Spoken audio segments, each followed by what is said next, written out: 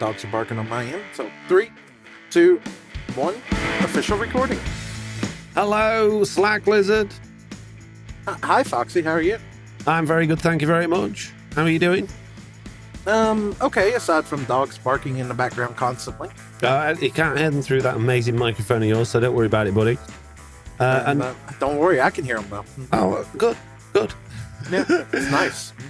Hello and welcome back to the Block Update. It is episode 73 with me, Foxy Hotel, and of course joined by Slack Lizard. Before we start the show, I'd like to do what I always do and thank all of our lovely patrons, 45 of them, for supporting us. If you enjoy the show and you want to support us, you can go to patreon.com/the Block Update, and the minimum perks you will get are access to our Patreon-only feed for bonus content, which we record weekly, access to our Patreon-only Discord channels, and a lovely Discord role.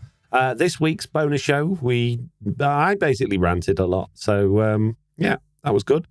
And obviously, I need to shout out Lactating Monk, who is on our Minecraft 2 tier. Thank you very much, Lactating Monk, for continuing your support at the highest tier that we have available. We're very much thankful for that. Very much. Very, very much. Right, Slack. Bark. Oh, I heard it that time. Yeah. It's time to go into the feedback. And I just have to say, we must do the perfect podcast because we don't get much feedback these days. So that can only mean that nobody's got any problems with what we do, right? Yeah, that seems legit. Yeah. Right, okay. So I'm going to start with Mac S. John, who says, in response of my idea going into the good ideas bin in episode 71, putting banners on Elytra sounds like a good idea. But the whole idea was to have use for armor trims when not using chest plates. Probably end up using the armor trims on armor stands around the base for decoration instead of diamond blocks. Right, yeah, so we said instead of putting armor trims on Elytra, we would prefer to put banners on Elytra, and I stand by that. The armor trims look great on armor because armor's, realistically, doesn't have many pixels. There's not a lot you could do with it, and it would be quite difficult to wrap a banner around armor. Whereas the Elytra's flat. They already have capes that fold into your Elytra if you've got a custom cape. So throwing a banner on there, it's the same as a cape. I just thought it was a nice, easy-ish thing for them to be able to do rather than trying to add in like trim that splits onto another piece of... I just don't like the idea of trim on Elytra, really. Mainly because Elytra doesn't have changeable base colours. So you're only going to be able to have the trim colour of the trim. You're not going to be able to change the wings or anything like the wing colour. So, yeah. There you go. Sorry, Mac. John. Yeah, it is what it is. Idenai is up next and says, ha ha ha.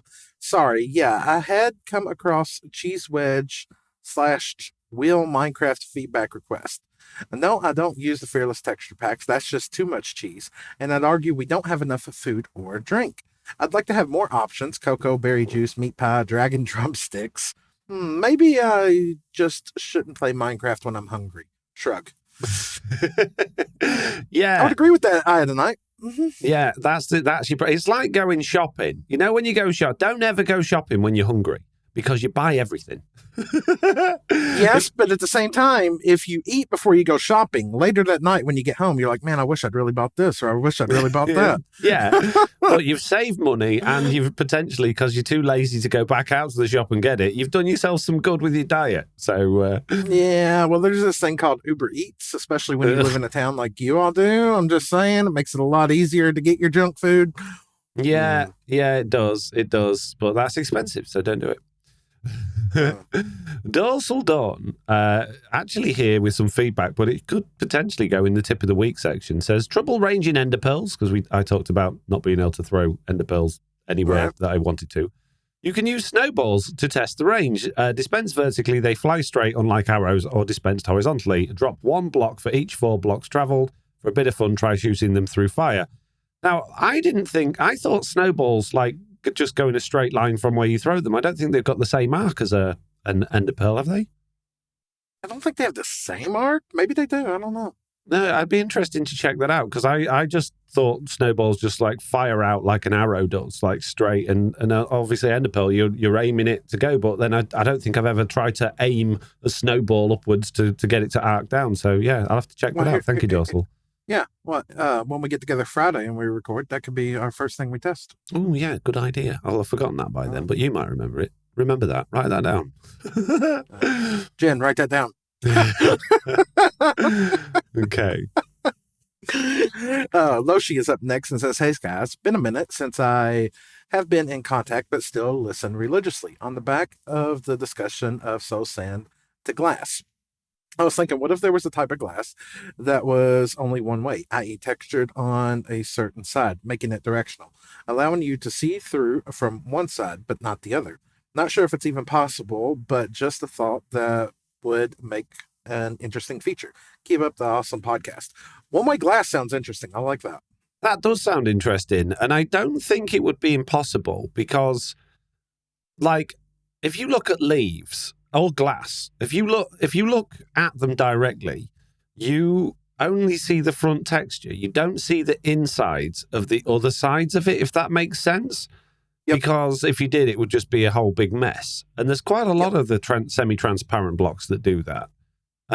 So I don't see how that would be too much of an issue, having it like transparent glass on one side, but then another texture on the other. But what texture would it be?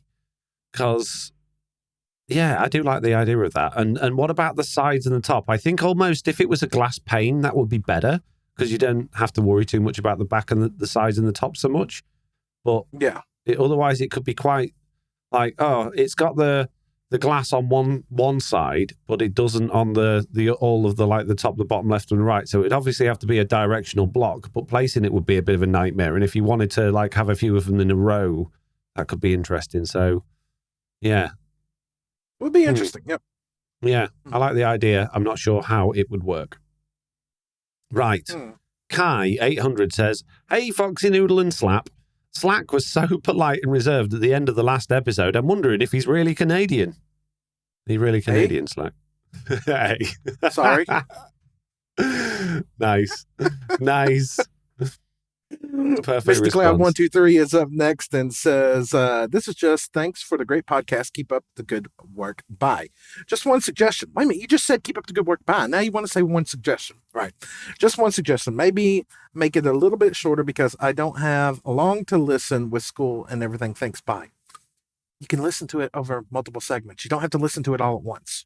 Yeah, and we've had a few comments like that. We've had a bit of feedback saying I wish they would be a bit shorter. But when we've suggested doing them shorter, the uproar from everyone else wasn't. It steered us back to just doing them as long as they go. So if it lasts an hour, it lasts an hour. If it lasts 2.5 hours, it lasts 2.5 hours. I'm not gonna put a time limit on it. If it feels like it's running short, we might pad it out a little bit with a few other things to talk about if we've got them to talk about. But if we haven't, it'll be shorter. And I think that's probably the best way to do it. So I apologize if you're short on time. I can relate, but tough. Life sucks. Too bad, so sad. Yep. If you think it's tough now while you're at school, wait till you get older. Jeez. Yeah. Right, that's it for the feedback. If you want to leave us feedback, you can do by emailing us at news@theblockupdate.com, filling in the feedback form on our website, which is The Block Update, or joining our Discord. The links for all of those things are in the description and the show notes. It is time for the news, and this week, Slack, we do actually have some news, and there is some pretty heavy news, starting with the stable release, which came out yesterday, of Minecraft 1.20.10 for Bedrock Edition, which I was really looking forward to this because I don't know if you remember, but from the 1.20.10 updates, the previews, it said it was going to fix the issue where you couldn't affect the camel or the sniffer mobs because they didn't work for like my mob heads pack throws up errors because for some reason they're the only entities in the whole game that say you're not allowed to edit the vanilla entities. And they were like, no, don't worry, we'll fix that. It's not fixed. Still does it. Good job. And there's no mention of that in this actual changelog. So that got dumped for some reason. That's nice. Yep, thanks. So my mob heads still doesn't work properly. Another the horrible add-on of mine, Slack, that took a bit of a beating was One Player Sleep. One Player Sleep was totally killed. Now, there is some... Why? some speculation, and there's some what's it called? What's that word? When you think like aliens are real, or like the conspiracy theories. Conspiracy theories. That's it. That's not when you think aliens are real. That's not. You know what I meant, though. Okay. There are some conspiracy theories that Mojang have got it in for me because of things that we'll talk about in the next news piece. But I don't believe in those. I don't believe that's the case at all. So to give a rundown of the changes, we've obviously been through all of the previews for 1.20.10, although we have to take those with a pinch of salt because apparently they haven't bothered to add in everything from them. But short sneaking, it doesn't say it's out of experimental, but the fact that it's coming with vanilla parity at the top and doesn't mention experimental makes me think that short sneaking is now in the game. I haven't actually tested that. Short sneaking is where you can go under 1.5 block gap, which is amazing. So if you've got like a gap which is as high as 1.5 blocks, you can sneak underneath it, which is a Java parity thing. We've been looking forward to that for a long time. And this is where I wonder if it's been added into the game properly, because if you scroll down a little bit in this changelog and go to experimental features, you'll see that the crawling is in experimental. This is the ability to crawl, basically, when you like drop a trap door on your head and you start crawling. But that says it's behind the short sneaking and crawling experimental toggle. So the fact that it's called the short sneaking and crawling experimental toggle, I can only think that if short sneaking's out of it, they've just left that as the name because it was too much to update the name. Maybe. That just an oversight, hopefully. Yeah. So that's in there where there's a whole bunch of changing. We got a recipe unlocking, but we'll talk more about that in the next thing because that is still an experimental. There's been a whole bunch of fixes and changes and not really anything that I've scanned through this a couple of times today. And yeah, most of it is what we've seen already in the preview. So unless there's anything in there, Slack, that you think is desperately needs talking about, that's kind of it. I'm glancing through it now and I'm not seeing nothing that's screaming we haven't already covered this. It is in here. The custom entities are no longer restricted to overriding vanilla entities released before 1.20. All vanilla entities can be used in the identifier identifier field, including camel and sniffer. But it doesn't work. It's still broke, mate. Still broke. I think you need a bug report on that then. Yeah. So yeah, many changes, which is nice to see. But as usual, I would like to beg Mojang and plead, stop it. We don't need it every month. Save it up. Put them. Look how many there is. It's crazy. Jeez. Yeah, there's a lot, a whole lot. So that was our stable release, which I am on the understanding of, that there is already a hotfix coming out. I don't know if that's just for console or something like that, but if you look at the BDS server, that's already providing 1.20.11 server download thing. So yeah, I think that's necessary. It's necessary, and I hope it fixes quite a big oversight that Mojang have had with this update, Slack. No. You see, there's a lot of changes in here to do with entities. There's a lot of changes to do with horses and mules and basically entities that can jump and do things. And because of that, obviously what they do is they update the behavior pack for that entity, but they don't change the one that was previous to that. They add in a whole new folder in the behavior packs folder called, well, in this case, Vanilla 1.20.10, and it has an entities folder inside of there, and all of the right entities that get updated go in there, and the game pulls out from that information first before it pulls out the other ones, and that's how you get the updates. Just the same as if you were making an add-on. Okay. But in their rush to get this one out, I can only assume it was either somebody new doing it or they were rushing. They didn't put the entity files in the right folder. So some of them are. The allays, there's a whole bunch of them that are in the entities folder. But there's a whole bunch that are just in the root folder. that the game won't know what to do with, because if they're not in the entities folder, even though it's an entity file, it's just a JSON file. It has no idea what they are. It doesn't know it's an entity file. So just ignore them completely.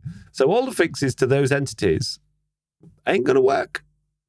So I'm hoping very much that the changes in the hotfix 1.20.11 will solve that problem as well when it comes out, because that is probably one of the biggest, most obvious errors I've ever seen in a stable release.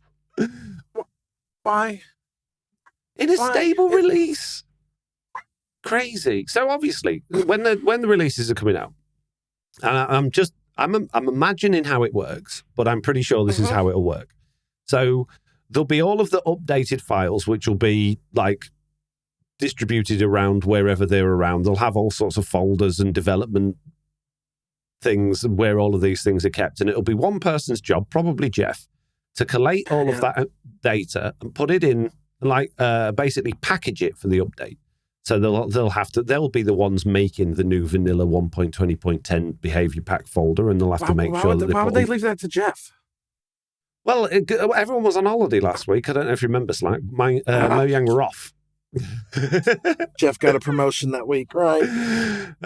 So I imagine it was probably just a copy paste error, like for not quite putting them in the right folder because they were busy and rushing or something like that. But bit of a boo boo, a bit of a boo boo. So yeah, 1.20.10, as my newest video suggests, is totally broken, mate. So that's good fun. Good. Just great. Good job. So in 1.20.10, they broke one player sleeping because they decided that when a player is sleeping, you can no longer run behavior pack animations on them anymore. It doesn't work, Slack. They decided, it's not in the changelog, but they took that out. And nice. The conspiracy theorists around you will be thinking, well, that's because Foxy No Tail, they're trying to do you out of a job, because in Minecraft 1.20.20.21, which is the new preview, they have added Slack. Yeah, they have added in percentage sleeping or player sleeping percentage game rule. They have added in one player sleep to vanilla game in the next minor update preview. So I'm pretty sure people will be going, they've done that on purpose. They've stopped Foxy No Tail having his add-on because they're adding it to the game. Which I think is total nonsense, personally. I don't think that's how it works. I think I've obviously been fiddling with it in order to get this working and made a boo-boo. But yeah, I'm out of a job, Slack. Yeah. It feels like some weeks it's targeted content to destroy our content. It just really feels like it. My one player sleep video and my add-on is my most downloaded add-on of all time. It is one of my most watched videos of all time. And now it's going to have to go on the see you later pile. Think of all the revenue I'm going to lose from that Slack. There'll be maybe £10 in the future earnings that's just gone down the drain. Look, that £10 could have bought you that snack that you wanted. So, yeah, sucks to be me right now. Maybe I shouldn't make add-ons that are for vanilla parity. Yeah. At least they can't mess with your add-ons in that way, right? Right, exactly. Jeez. Okay, so interesting news. The very, very much in the last update, experimental and brand new experiment recipe unlocking is now not in experimental as of this update. So next month when this comes out, assuming it'll be next month, it always is the next month, isn't it? No. The recipe unlocking is going to be in vanilla. But good news, it is toggleable per world. Okay. However, there is a known issue. The recipe unlock option toggle is missing.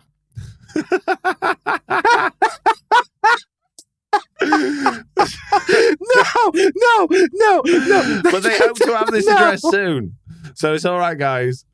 It is in the edit world screen. It's just not in create new world screen. So, Oh my God, that is the best thing ever. Oh my God. Jeff was definitely left in charge that day. Yep. Yeah. So that's going to be part and parcel of Bedrock Edition from next month, which is I don't know whether I'm excited about this or not. I mean, I've been very vocal about the fact that I don't want it. I'm very, very vocal about, I think that players have been playing Minecraft for 13 or so years, have not been overwhelmed by the number of recipes available in the game, right? But because players are often overwhelmed by the number of recipes in the game, Slack, the recipe book search has changed. You know how you type in, you want to find something in your recipe book, so you type it in the search bar, and it comes up with all of the things that contain that thing that you've typed? Well, no more. It will only find things that start with that the thing you've written. So if you type in TOR, for instance, it will show torch and redstone torch, but it will not show a daylight detector. And the reason for this, Slack, is because it enables experienced players to find items they're looking for without overwhelming new players with recipes they're not ready for. If you've unlocked the recipe, you're ready for it.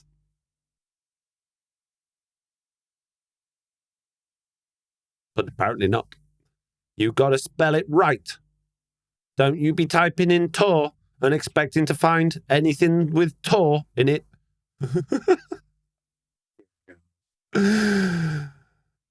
So, I got nothing for that. Nothing. It does say that these are still being tweaked and they want to hear our feedback. So send your thoughts to that link there, which is aka.ms/Minecraft recipe search.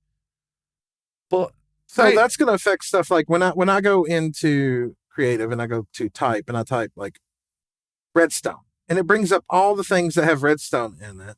Yeah. No, not like, so if I want an observer, I have to specifically.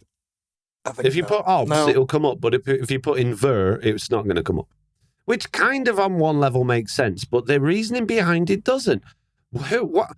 They've obviously got data out there that suggests to them that people are being overwhelmed with all of the recipes, but where's this coming from? Who's overwhelmed with having more recipes? Who can honestly say, and I invite feedback, comments, and all that sort of stuff, any players out there that are relatively new to the game or can remember starting the game, were you ever overwhelmed by the number of recipes in the game? Because that's just not a thing with games. It's never been a thing with Minecraft. No. And if we've got this parity, this recipe unlocking parity, where's the knowledge book? Okay, it's toggleable per world. Fine. Why not just give us a knowledge book? If they're giving us parity, why only go halfway? It's out of experimental as of this update. So why bring it out? Why are we not getting the full feature? Yeah. If you're taking it out of experimental, we expect it to be done, not, a lick and a promise and hope that it works.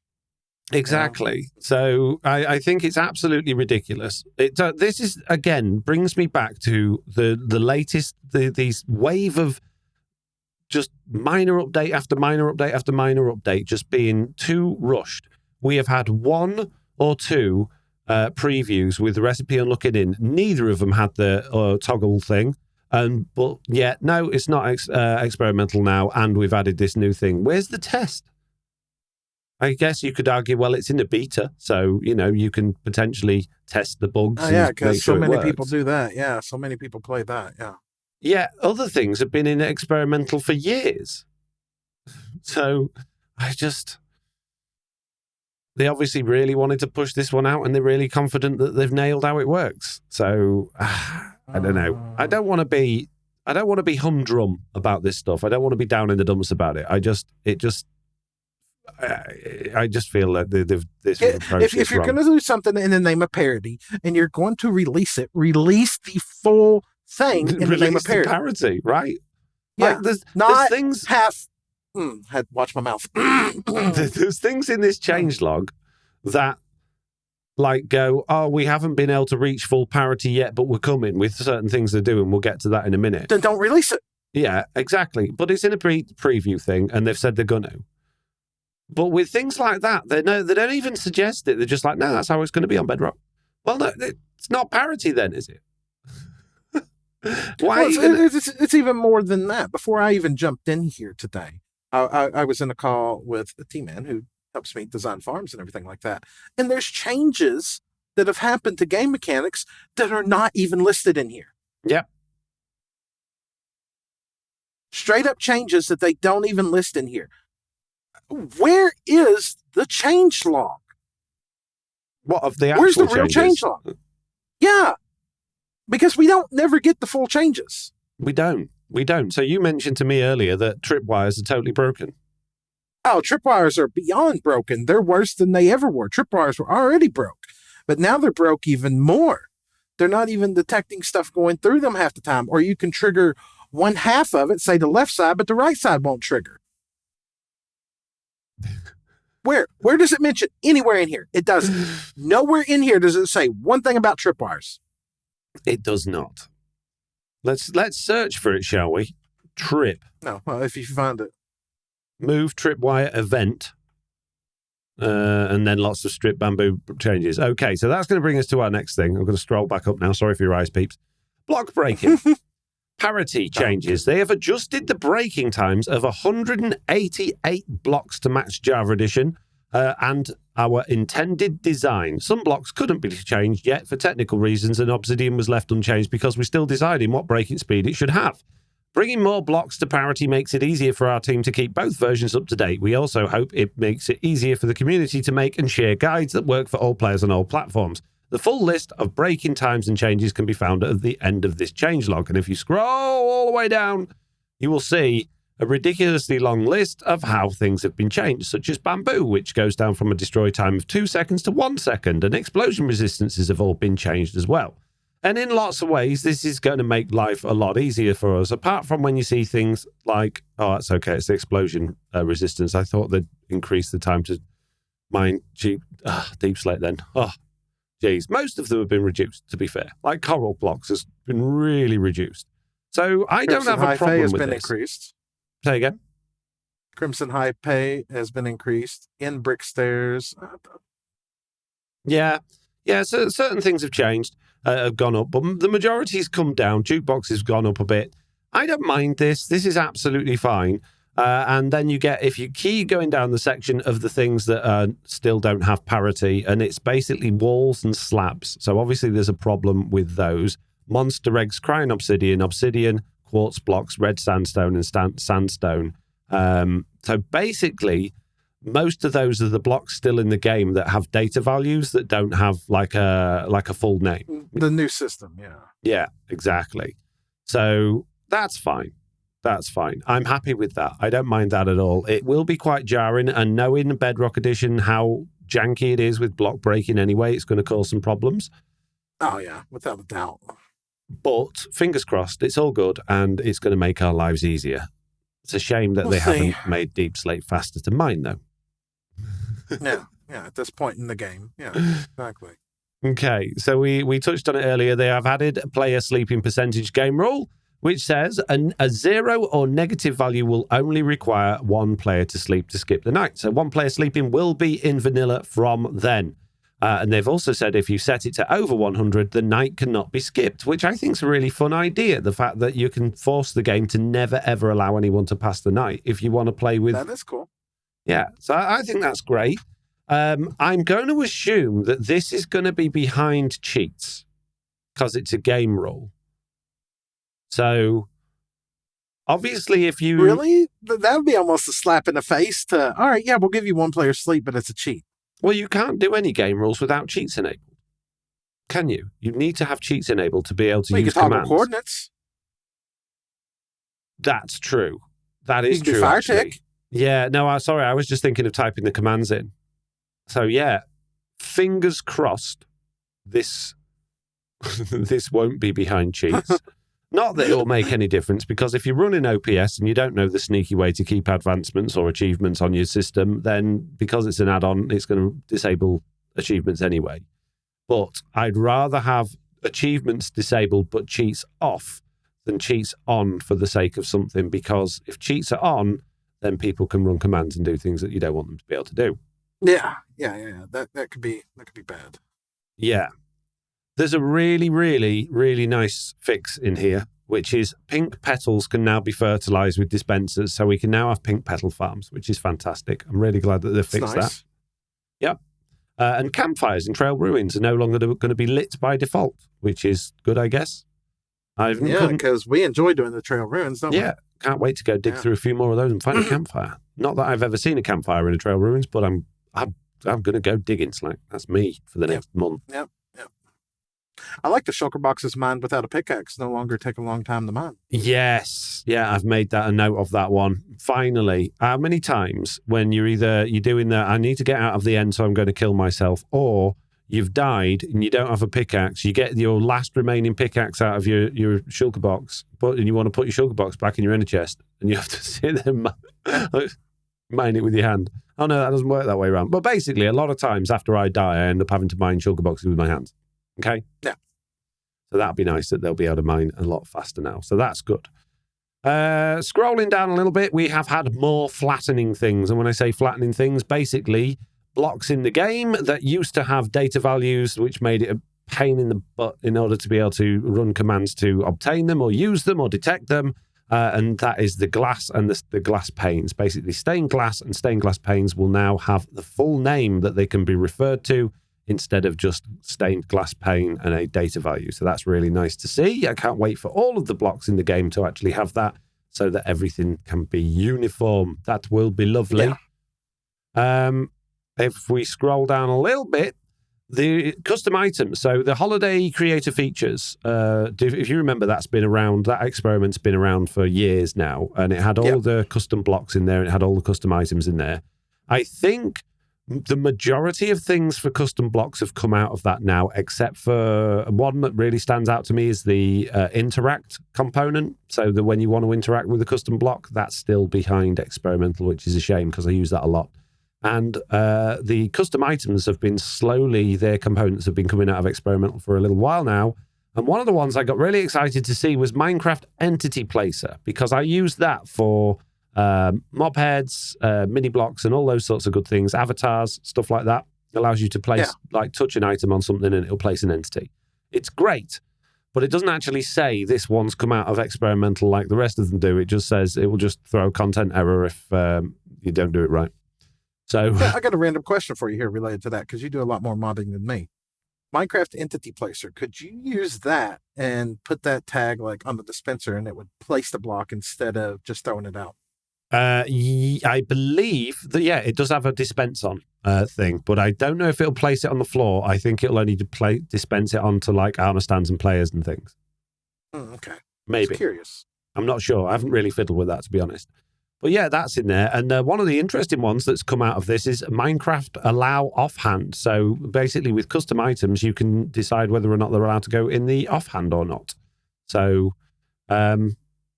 there's also a should despawn component that I didn't even know existed. So I guess you can have custom items that will never despawn.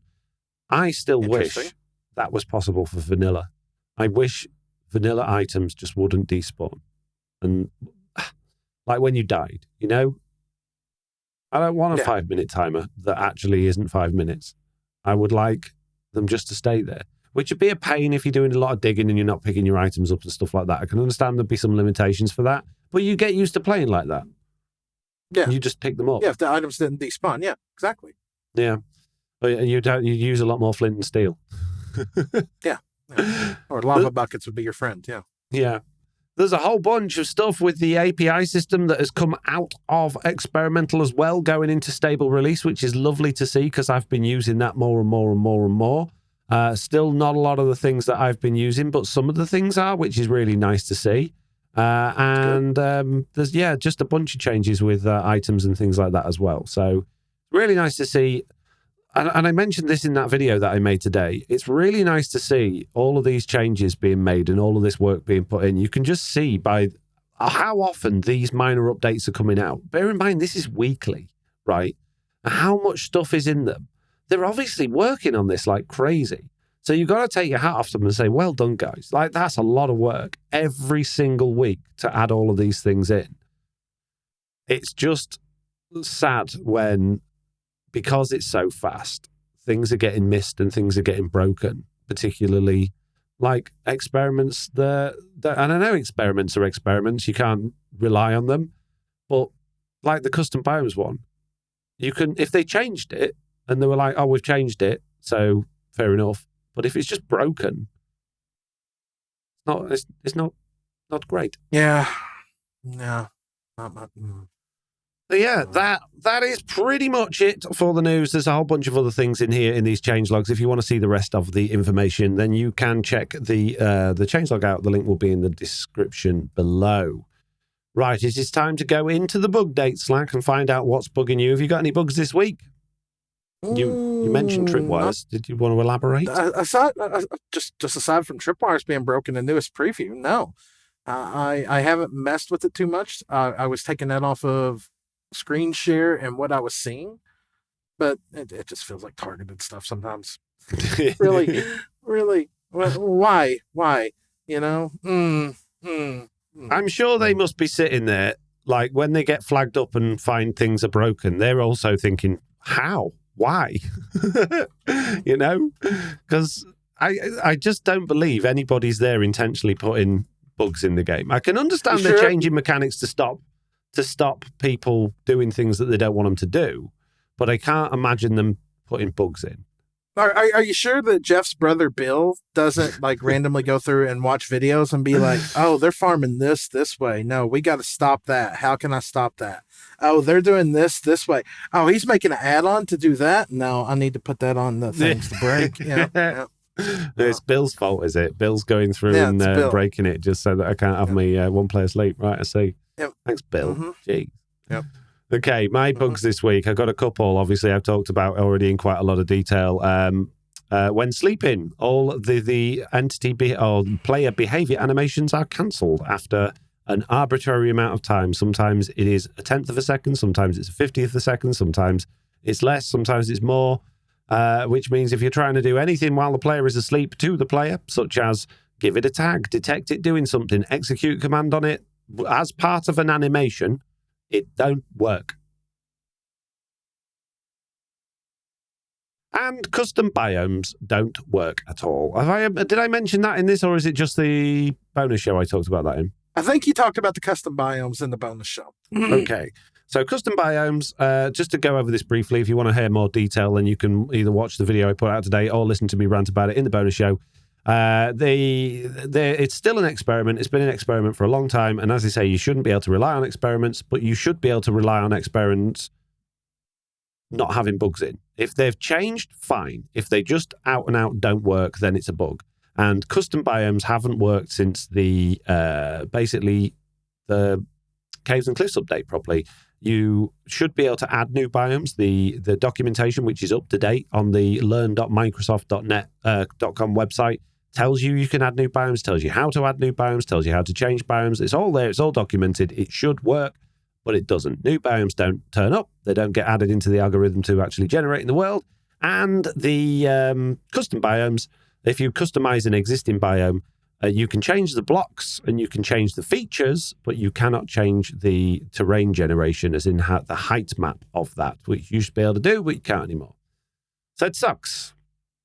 And a whole bunch of bug reports for those, but I haven't actually written any of them down. But yeah, if you search the Jira for custom biome, just that keyword, you get like 100, 100 things pop up. Jeez, okay, right. Going into the bug date then, we have a really fun one, actually, from Rotated Alface, who's actually shared a video. So I'm going to bring the bug report up on screen. And he says, I found a bug. If you place a chest in a hole at around Y62, 63, or 64, with a 3-block hole or more beneath it, then stand on the chest and open it, you will take repeated fall damage. Took me a while, but I found it on the Jira with an unconfirmed status. It has since been made confirmed. And there's a couple of videos here. This one's 22 seconds long. Sorry for you people listening at home. You're not going to be able to hear this. Hopefully I'll remember to cut it out of the video, but I'll try and talk my way through it. Rotated Alface is digging a hole 3 blocks down. He's putting a chest in the very top of it. He's standing on the chest. He's opened the chest, and then he takes repeated fall damage even after the chest is closed, and then his totem pops, and then he continues to take fall damage until he dies of fall damage, which is great. Someone else also shared a video on this bug report, and this one isn't even the chest that you were stood on. So this person has 2 chests on the side of a big hole, and they are stood on one of the chests and opened the other one, and then they start taking repeated fall damage. Yep. Why? Yeah, see, I've seen this bug here brought back. It looks really more interesting in a third-person view. Another player watching a player, all you have to do is stand on the chest and open it. And if you're on like the edge of it, you'll see the player standing on the chest, on the ground, on the chest, on the ground, on the chest, on the doing ground, that on the chest, bouncing on the thing. ground, on the chest. Yep, doing the bouncing thing. Yep. Brilliant. So yeah, thank you very much for that bug report, Roth. I will put that into the changelog so people can click on it. It already has 4 votes. I think we should. That was an old bug, wasn't it? That's been brought back. What, the bouncing up and down? Yeah. Yeah, that was annoying. Yeah, remember when that used to crash the game? Yeah, I remember I had a friend, when I was on bad internet and couldn't download every major game update. And I was playing on this server called Truly Bedrock. And I had a friend who every time would jump on top of a shulker box and open it, it would crash my game. I don't know who that would be, but that sounds really annoying. Yeah. Jeez. Very, very, very annoying it was. I always did it though. I always put all my shulker boxes out and then just stood on them and opened them. I don't know why. It's just how I got. I didn't do it on purpose. I always. That was season 3, I think, wasn't it? Jeez. I don't even know. Okay. Right. Meerkat has a bug, Slack. Yep. Oh, where do they? They said, I need to search the Jura when I get a chance, but found skip jumping in a 2-block gap. You would go up into the block above and see what is above. Found on Foxy's VIP tour ship last night. We'll do some testing and search the Jira and update later. So basically, they were in a two block high area, and they were jump sprinting, and whenever they jumped, they banged their head on the ceiling, and they could see what was in the floor above. Well, that was an old thing that they patched. You used to be able to. If your view bobbing was on, you used to be able to run against a too high like that and angle your camera just right, and you could X-ray. Yeah, it's kind of like that, I guess. But you're seeing through. I think the top floor was made of slabs. I tried it; it didn't work for me. It obviously worked for them. I don't know if it's device specific, but that's probably got something to do with this new like sneaking stuff they've been fiddling with. I imagine camera positioning and all that sort of stuff. So expect to see a few things like that. Jeez. That is it for the Bugdate, peeps. If you have a bug and you want to tell us about it, then you can do by emailing us news@theblockupdate.com, filling in the feedback form on the website, or joining the Discord. And if you link the bug report in it, and if it doesn't have one and you make one, we can help share them and get them upvoted and fixed, which we need to do because there's a lot of bugs creeping in the game, which you can only expect with all of these changes they've made. Experimental camera systems, sneaking, crawling, new animations, one-player sleep, block breaking changes. You've got to expect there's going to be bugs coming with all of these things. That's why the previews and the betas exist. Clearly not enough people playing the previews and actually finding these bugs, but I'm not surprised because they only last a week before the next one's out. Yeah. So, We need to get on top of this, guys. And Mojang, you, if you're listening, you need to stop putting out previews once a week. So we've actually got time to play them, find the bugs, put the bug report out, and you've got time to read them and deal with them before the next preview we put out. Jeez. Man. Right. Slack, it's time for the tip of the week. We have a tip from me as John. Are you ready for this? Okay, I'm ready. Allays make great bee/nest hive. Allays make great bee nest/hive item harvest collectors. The items go everywhere, and the allays can squeeze into a 1-block space to get the items when their sheared bottles land into the redstone circuit. Much fewer resources and more adorable than a minecart with a hopper. Add a note block on a timer for auto collection, and it's fully automated. Nice tip. Good job, me as John.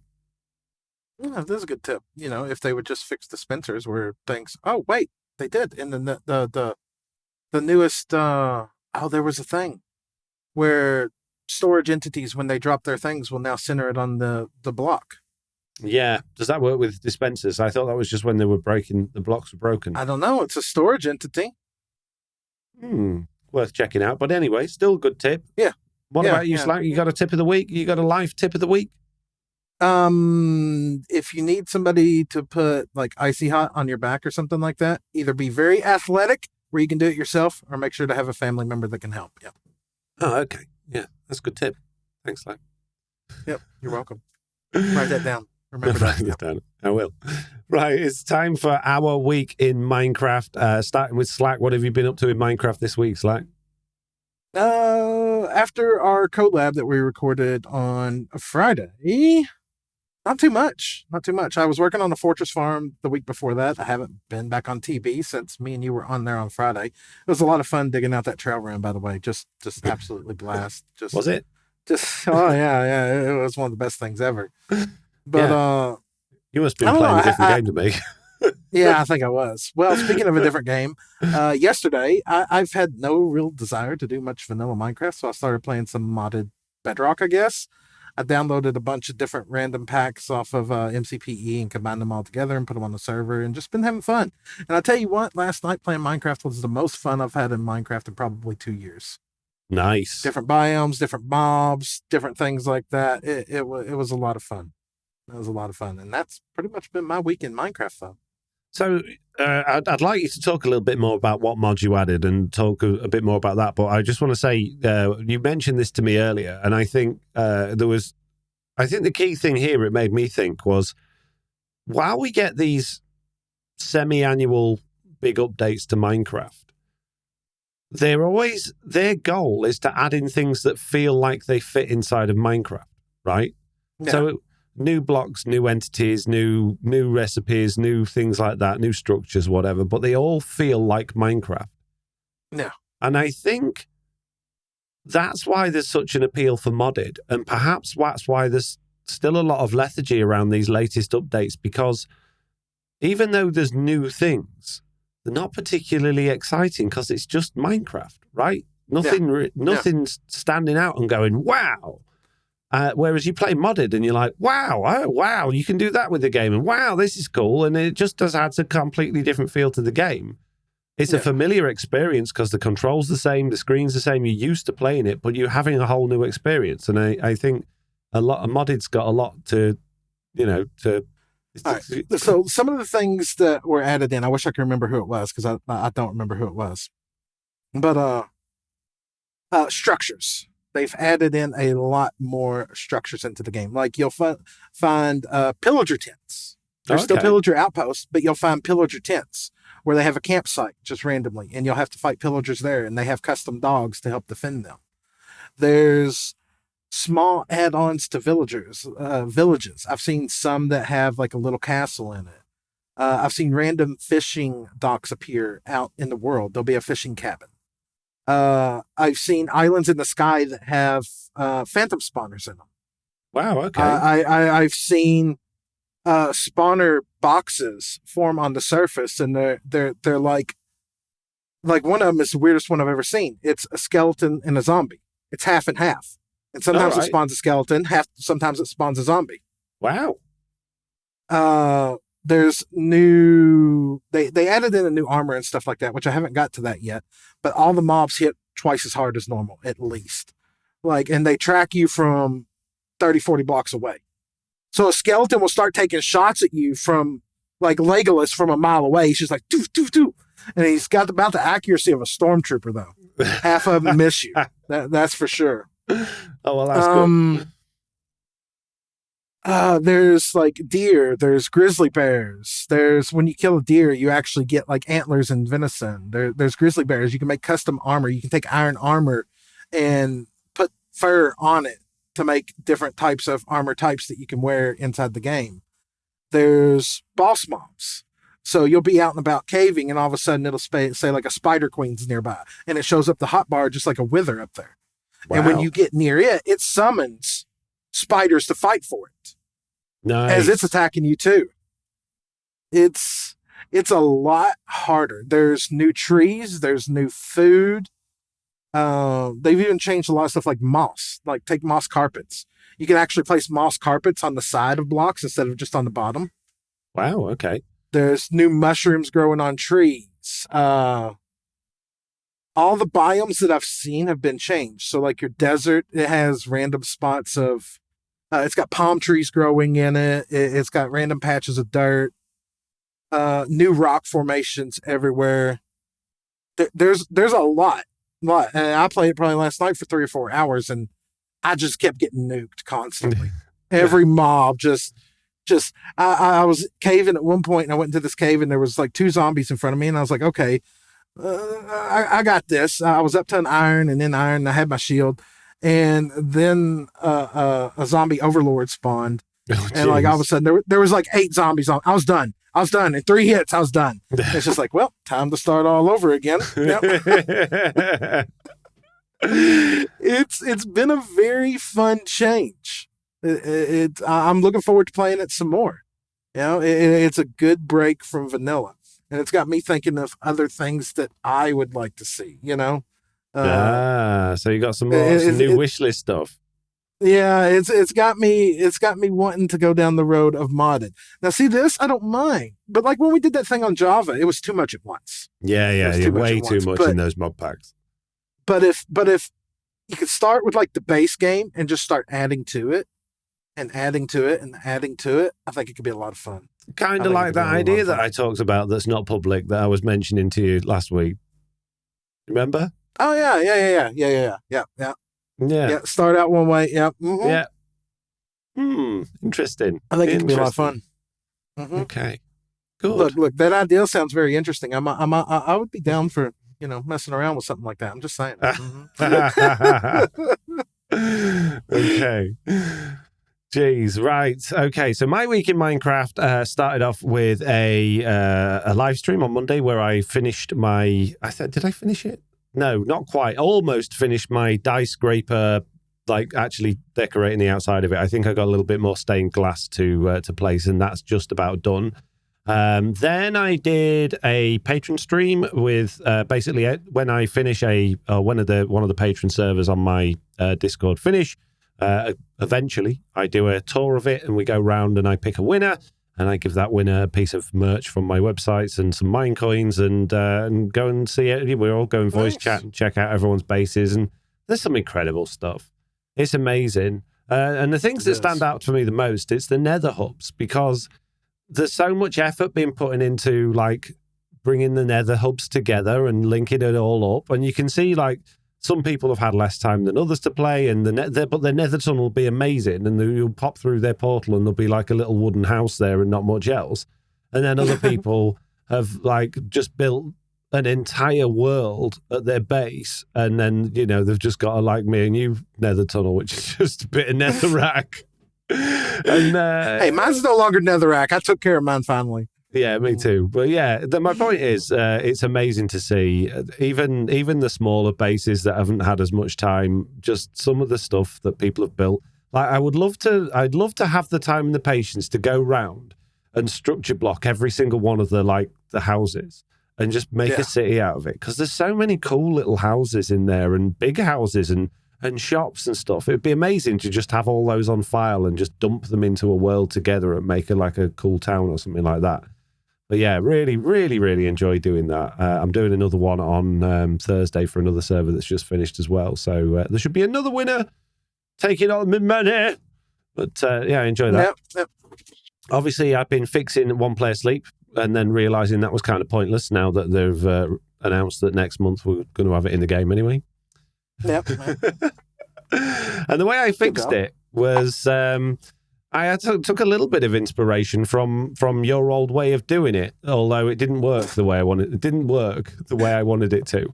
But because you can't run an animation when the player's asleep, I was like, okay, well, I'll just give the player a tag when they're asleep, and when the player's tagged as sleeping, then I'll get it to pass the night. And that kind of worked, but it was a bit janky.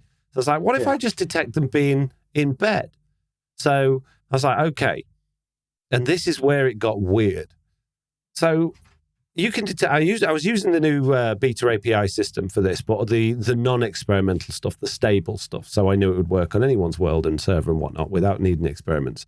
And if a player stood on a bed, you can detect the player below the bed. And I thought, okay, so when you're asleep in the bed, your Y position's going to change so that you're in the bed effectively, right? Yeah.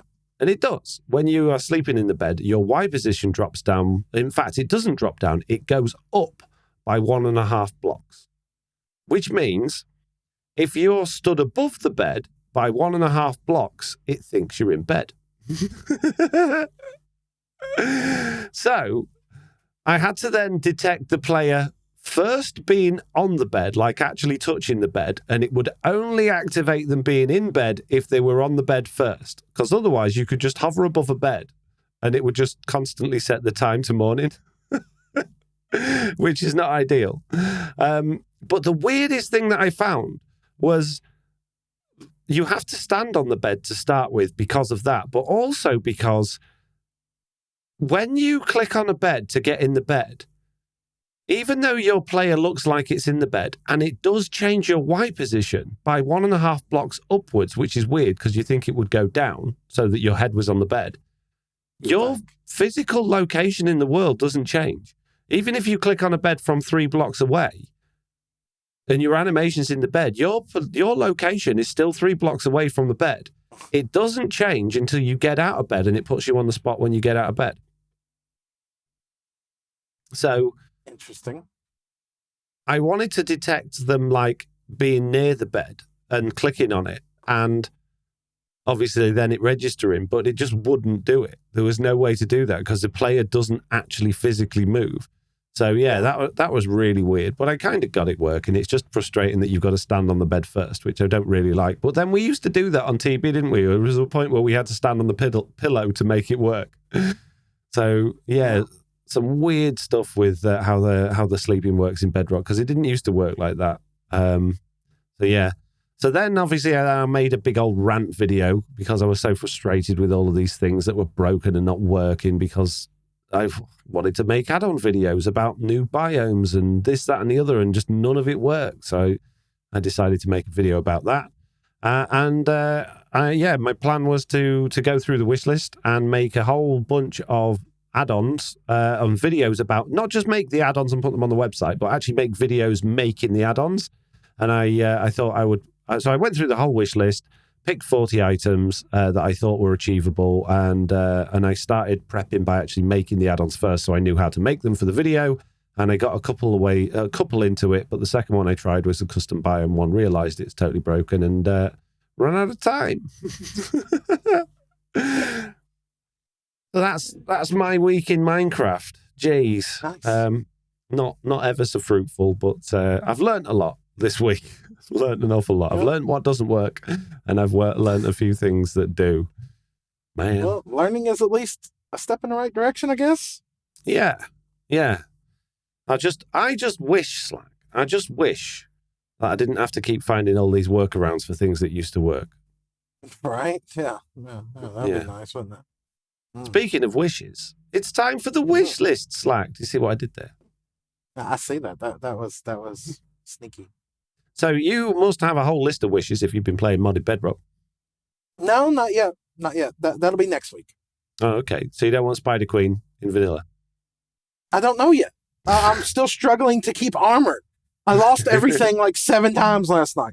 What if there was a game mode, right, that was more of an RPG style? So it's still Minecraft, you're still mining and crafting and building a base and stuff like that, but there were world events, there were more monsters, there were more things to go and do, there was NPCs that told you to go places and do stuff, there was more, like, even if it was a set like seed, like there was just a set seed, there were certain structures in certain places and you can go things. If that was a vanilla game mode, I quite like that. Not the vanilla game mode, but a vanilla game mode. Give me quests that give rewards, like your how you put into your RPG thing, like you can get the sword with like sharpness 8 or whatever, or looting 5 or something like that. Give me a way to get unobtainable things legitly in the game. Yeah, Yeah, right. That would be amazing. And Yep. I think there'd be a lot more mileage in adding new game rules to Minecraft than there would be in spin-offs like Minecraft Legends and Minecraft Dungeons. I think you'd get a lot more people coming to Minecraft because they've added a new game mode than they would from those. But the problem is, most people that are going to play Minecraft probably already own it, so they're not going to get many new game sales for that.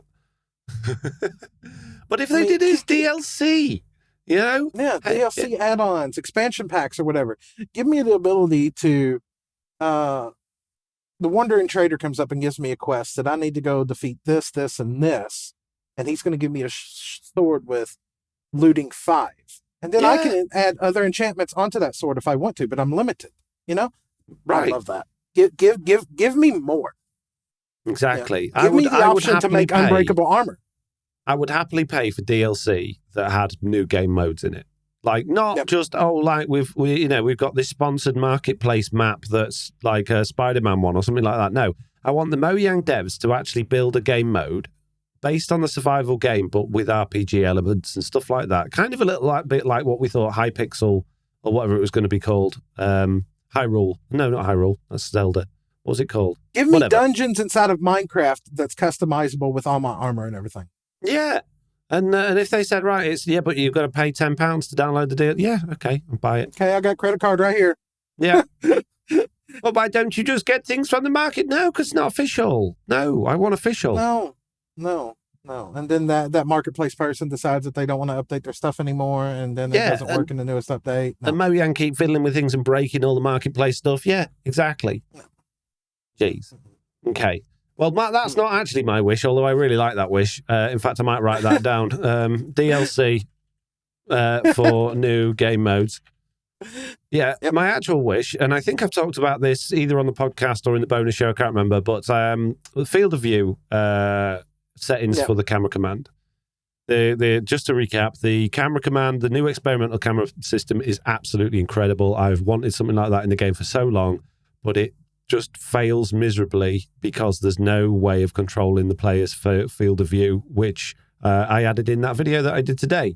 So you've set up like a little scene that you want you've made a cut scene or you've made a custom menu, and you point the camera at that. And if the player's field of view is on 30, they can't see half of it. And if it's on 110, they see way too much. There just needs to be an option in there to set the field of view so you can actually show the thing you want to show, which is the whole point of the camera command. And it's almost comical that they haven't done that, because it does, like, any camera in the world has got a lens on it with, the lens will either have zoom built into it or you'll add a different lens to get a different zoom. It's fixed. There's no, some are a bit closer and some are a bit further. If you record a video, if you record a cutscene, you do an animation, people aren't watching that at different distances. There might be different distances from the screen, but they're only seeing what you want them to show, just to see. And I brought this up with one of the developers, actually, and I said, look, this is ridiculous. It needs to be fixed. And they were basically just said, we've got no way of accessing the field of view because that's client side. Well, do something about it. Fix it. Jeez. Good talk. Yeah, good talk. So that's a problem. But I don't. Yeah, it should be in the good ideas bin. But let's see what everybody else wants. Slack. Do you want to start? Yeah, I'll start with Lorenzo here. Says, I want glass that will tint when used with redstone, kind of like smart glass. It turns opaque with a switch. I'd love an easy way to turn off my squid farm on and off. If we had smart glass, I could put that above the farm and make it transparent when I need squid ink, and then make it opaque when my chests are full. I would like that. That would be cool. You're not sure, are you? I'll give it a yes. Really? Yes. I can't see it really hurting anything, and I could see it really adding more. The ability to disable a farm or something like that, or enable it. So would it be like glass that's like crafted with redstone, or that's the next No, I question. think you just need to run redstone signal into it, and it would just shift. Have you seen those windows you can get? Like, you can put them in your house, and you just press a button, and it just goes cloudy, and you can't see anything through it. They're incredible, and I think you can get them like in your glasses and all sorts now as well. So Yeah. Auto tinting, with your glasses. Yeah, I opted not for that, but yeah. Yeah. So, yeah, I would very much like that. I think that would be really, really good addition to the game. Although it kind of takes away a little bit from people because one way of doing it would be to have some incredibly overly complicated slime block, honey block, piston pushing mechanism. But that's, let's be honest, going to be more complicated than it's worth to try and cover up a slime farm or not a slime farm, a squid farm or a whatever farm. So yeah, smart glass for the win. Yeah. Excellent. Yeah, it's not too bad. Okay. Kentucky Hick says, I just had an idea for a beacon improvement, a light diffractor crafted from diamond and glass. When placed above a beacon beam, it can refract the light beam from vertical to horizontal.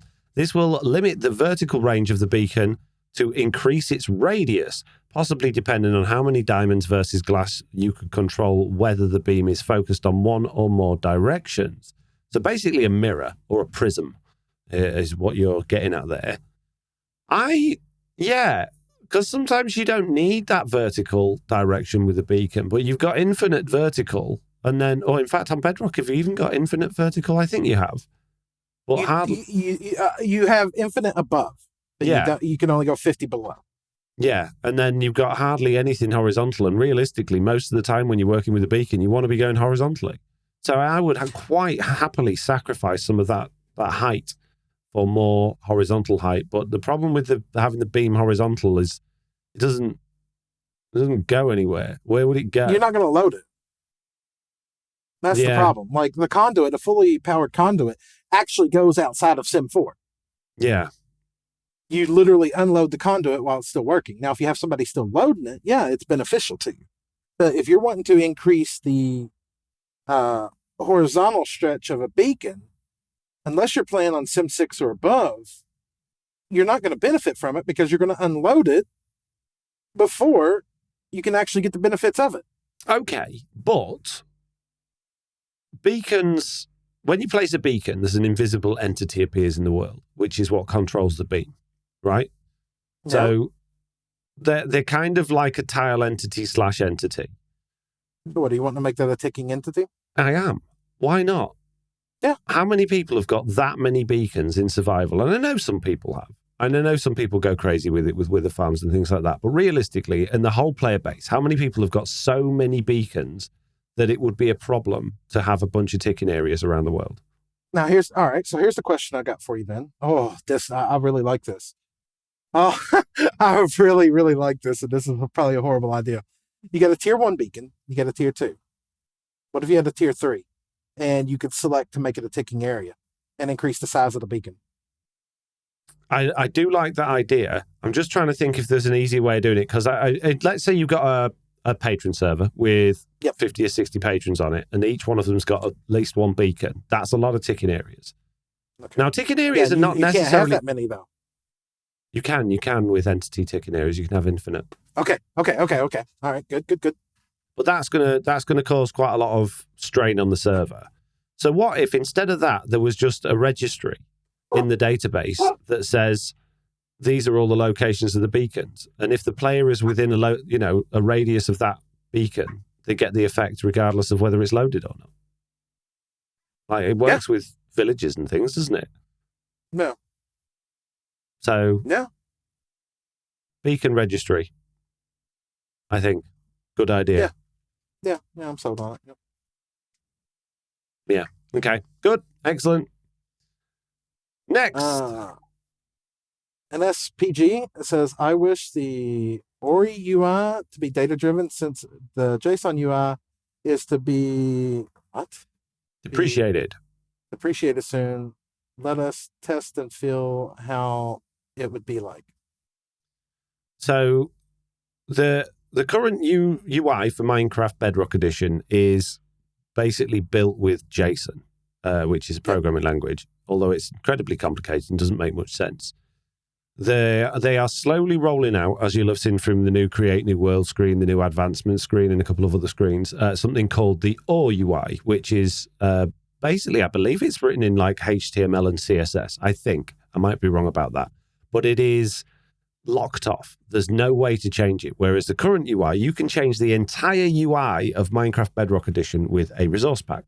But the new OR UI is totally locked out. There's no way to change it or update it, which does make sense from Mojang's point of view, because people use it for getting access to things they shouldn't access and all that sort of stuff. But it also makes Minecraft a lot less customizable. Now, on Java Edition, obviously you can mod the game, but that's actually modding the game. With their resource pack, the most you can do is change the color of the buttons and change the color of the background. You can't suddenly start unlocking new menus and things like that you can with the Bedrock Edition resource packs. So I kind of see that makes sense. The new design they're going for does look a lot nicer. Now I've got used to it than the old one. So I still think it would be nice if we had some level of access to it to just change textures and things like that in it, which maybe we will. But yeah, I'm not too fussed about not being able to change the UI. I mean, I do it. I change the server listing so that it doesn't show the featured servers and so it's wider.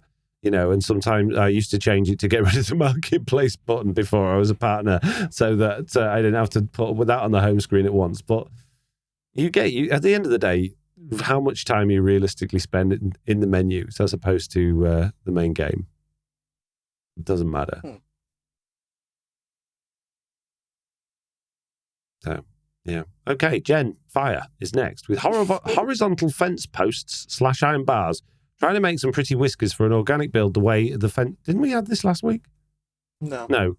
The way the fence post connects is horrible, but there are no white variants of fences or walls other than diorite, which is still too dark. So birch fence has to do. Would say fence and wall variations of the blocks currently in the game, but I know that's been said before.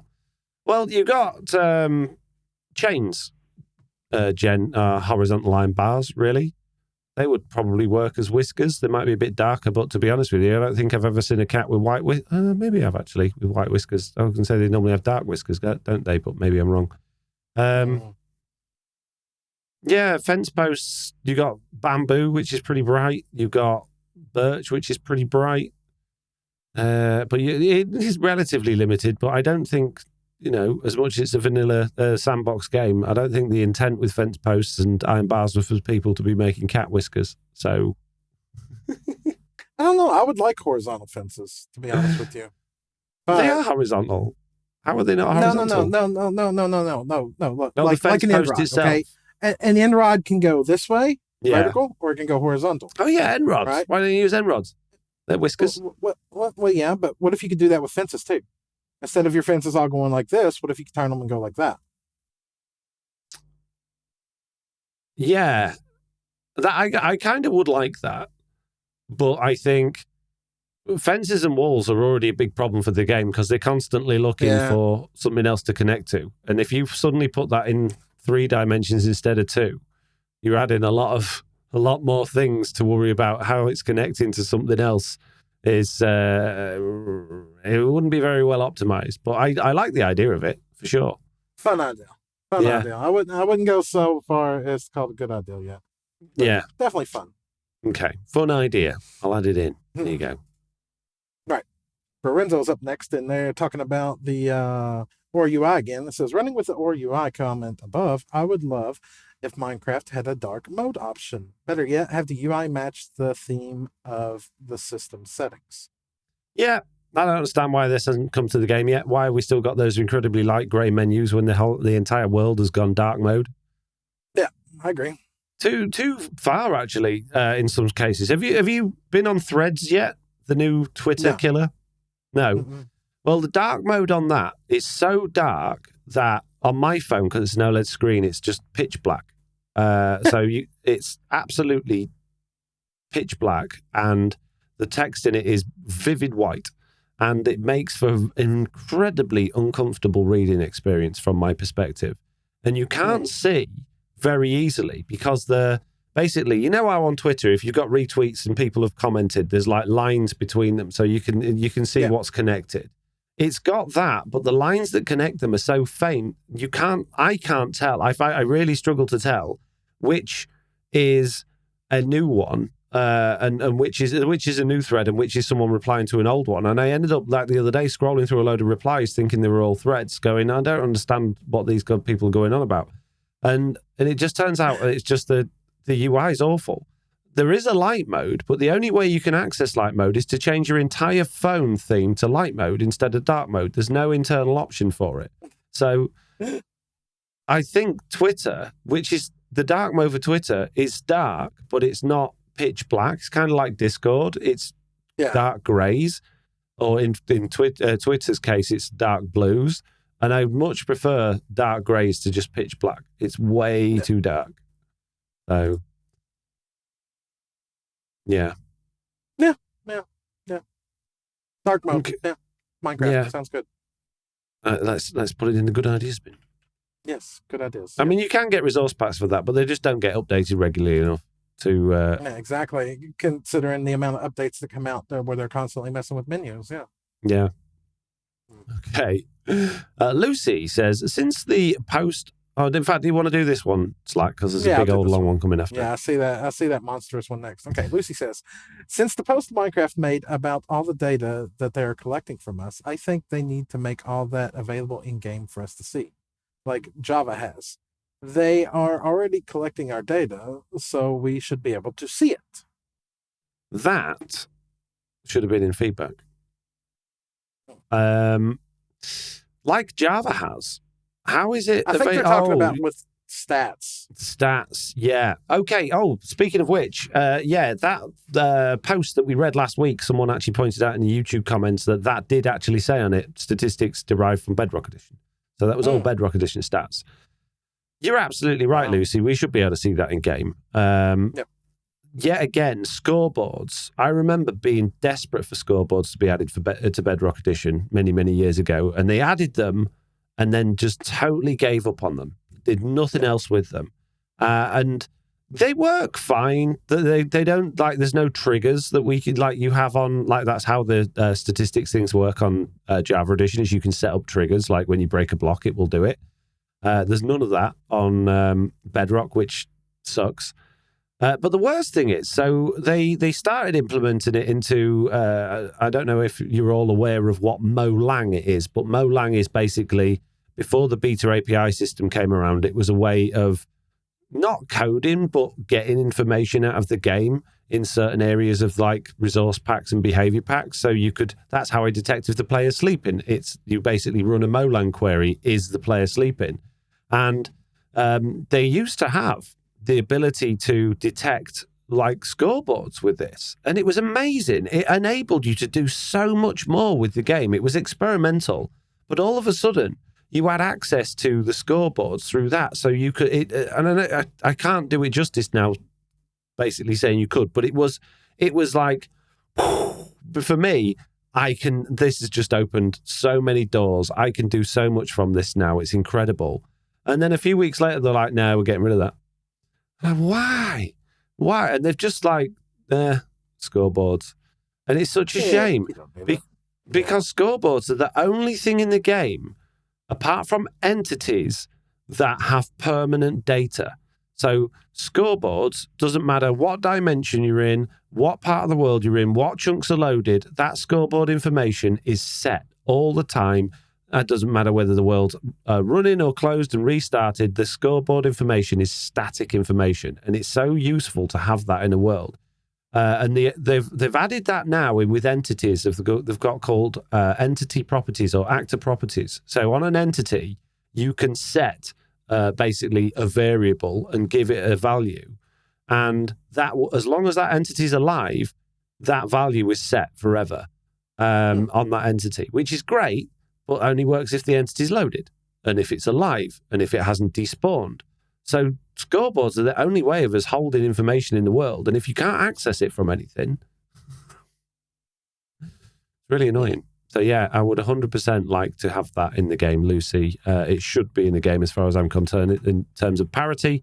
but it feels like they're turning away from scoreboards and concentrating on other things, sadly. Okay, Gabbity says, hello, friends. I'm in my early 40s, and when I play, I steer more towards immersion and build looks rather than efficiency. That said, I'd love to be able to craft 9 sticks into kindling for firewood. I know it wouldn't be the most efficient fuel source for my style of play, and I simply will never use a lava bucket. I would choose kindling/firewood 100% of the time between the two. Also, this could serve as storage block for sticks, assuming we could uncraft them back into sticks. Can't imagine I'm the first to think about this, but I haven't heard it on the podcast yet. Thoughts, good, bad, or indifferent? Gabbity survived because he refused to use a lava bucket, and therefore his humble house did not burn down. Okay, so basically striving towards as much realism in your game as possible. You can use sticks in the furnace. You don't have to use kindling. And if you think, actually, I'd rather have a little bit of a thicker stick than a stick, you can use bamboo. So use a slab. Oh, you could use a slab. Yeah, I don't think we need kindling in the game. I don't think kindling would do anyone other than you, apparently, any favors. And kindling isn't a fire. It's just for starting a fire, kindling. And you say you're going to use firewood. Well, chop down a tree. You don't need to start the fire. You just put it in the furnace and it works. So I'm sorry. Sorry, Gabbity. I understand that you want to do that. Maybe you could make yourself a little data pack or a little add-on that allowed you to craft sticks into kindling and use those for firewood. That is totally doable. Jeez. Global Rhino up next and says, I'd like to create a glow arrow using glowstone that illuminates the area briefly when fired. This would help show me a large cave when exploring to get... We've had this idea before. Of the land. If I don't have access to night vision potions, but not permanently light it up. So this is basically Zelda Tears of the Kingdom, in that you can fire these glowing plants from your bow, or even just throw them, and when they hit something, they just emit loads of light. They're amazing. It's how you get around the dark areas of the map. I think this, but with fire arrows. If you could actually set fire to your arrow and just fire your arrow and it had fire and it had dynamic lighting, great. Yeah, can we just get dynamic lighting? Yeah, that would be nice. Yeah, dynamic lighting. I'll put that in the good ideas. I can't see why that should be such a problem. I know it's a resource hog, and I could understand it being a problem on Java Edition because Java Edition's running on Java. But all other games, not all other games, obviously, but most 3D games have dynamic lighting. The light sources can move. I understand with Bedrock because the entire world is malleable, because everything can change. There isn't a fixed terrain, so it's got to calculate that constantly. And that's why dynamic lighting is a problem. But we've seen it working with shaders. We've seen it working in game moving light blocks around. I'm sure they could do it. Yeah. It feels like we don't want to do it as opposed to it can't be done. Yeah. Okay. Tiny Raccoon says, hi all, another wish list I have is for a new end mob, the Crawler, found in maybe a new structure like the dead tree trunk, maybe with a lovely bronze bark colour, or just moving around in the end. These would be around the size of endermites, but could crawl up the sides of blocks.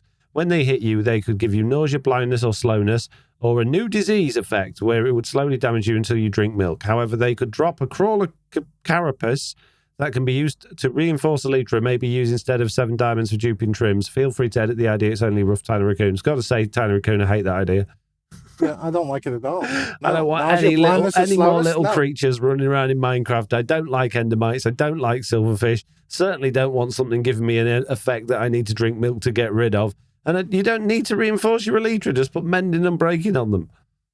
No, hold on. Here, I'm going to respond to this. Usually I don't do this. Usually I leave this all for you. You're typing in the doc. Jeez. Oh, my goodness.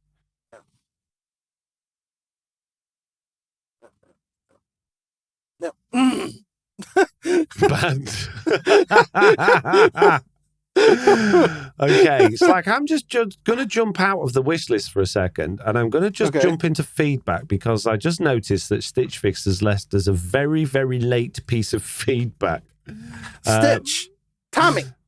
Yeah, saying, you asked for feedback. Are you overwhelmed by recipes? No. And changing the search? Just no. How well has it worked in the past? Not good. How many times have you went to search for something and had to redefine your search because what you wanted didn't appear? How many people have expressed concern about having too many diamonds? This is all in the name of parity. Parity. It's not parody. Parity. I wish they would just maybe stop. It is parody. Parody is where you do a comical interpretation or an impression of something. That's Bedrock. That's Bedrock right there. A comical interpretation. Yep. Of Java Minecraft edition. Bedrock parody edition. Yep. Yeah. Parity is things being in line and being the same. But I see that so many times, people writing parody, and I understand not everybody knows, but I need to get that out there. It's not parody. You're right. No, it is.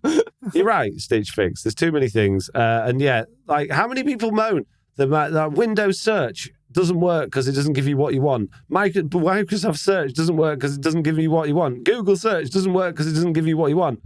They've got a working search. It works fine. And now they're going, let's give them less results. Why? Stop it. Thank you for that feedback, Stitch Fix. Parity. Okay. Kai, 800. Right. Oh, no, it's you, isn't it? Yeah, it's me. Kai 800 says, I'm not sure if this is feedback or a wish list, but in line with your talk about the wandering idjit, maybe a block that is required for them to spawn naturally occurs in the village, so that you can place it if you want the trader, but break it to stop them from spawning. There could still be a random time component so that you can't just place the block over and over to rerow them. Maybe you can flesh the idea out better. Thanks for all the great content. Guaranteed at least one laugh out loud moment each time. They kind of already got that with the bells in the villages. So if a villager's got a bell, the wandering trader is more likely to spawn at that bell or in the village. If they made that the only way it would spawn, I would be happy with that, so they don't just appear randomly everywhere else. Because that's the annoying thing, isn't it? Like, again, flying around that patron server, and there's just like a wandering trader and his llamas halfway down a cliff. They shouldn't be there. Stop it. Yeah, only spawn at bells, yeah? Yeah, add a spawning requirement of just the bell needs to be at least present in the village, or can you put the bell anywhere to get him? I guess no, because then you want to decorate with stuff and your wandering trader is going to be there all the time. I think in villages. Okay, yeah, I like that. Yep. Yeah, because then you'd be able to make wandering trader farms and yeah. Well, this doesn't stop his random spawn timing. This just says, unless there's a village with a bell, I can't spawn. Yeah. Yes. Yeah, exactly. Yeah, I like that. Yep. So, yeah. Although you still be able to make wandering trader farms using the village with a bell, but you still have to wait for him to spawn. Yeah, exactly. Okay. Slick person with a very, very long wish list item. It's actually 10 wish list items. So strap in. Slick person says, I have ideas for you hate. Many ideas. Okay. 1. When you break a wax sign and place it back, the words you wrote on the sign before you broke it is still there. This is technically doable, kind of like when you name tag an item and you put it down and it retains the name tag, I guess, but be quite complicated thing for it to do. I think if you broke a sign, you need to write it again. Just don't go around breaking signs. Yeah, don't go breaking people's signs. Yep. Yeah. No, 2. That's it. Wheels can be made out of sticks and wooden slabs. See next idea for more information. No, if you're going to give me different ideas, don't start making them, chopping them around. No. I'm confused now, slick person. No. 3. No wheels. A cart made out of 2 wheels, wooden slabs, a wooden plank, and optional, a chest. You can attach it to horses, camels, donkeys, mules using the lead. If you made without a chest, you can sit in it. If made with a chest, you get a portable chest. So basically, like a land chest boat that's pulled by horses. I don't mind that, actually. I don't like the wheels idea, but we have actually also already got in the wish list miniature carts pulled by horses. So Yep. I haven't got much of an issue with that one. Because it's already in the wish list, I'm not going to put it in. But yeah, that's not a bad idea, Slick Person. 4, taming an ocelot does not turn it into a cat. I don't think it does anymore.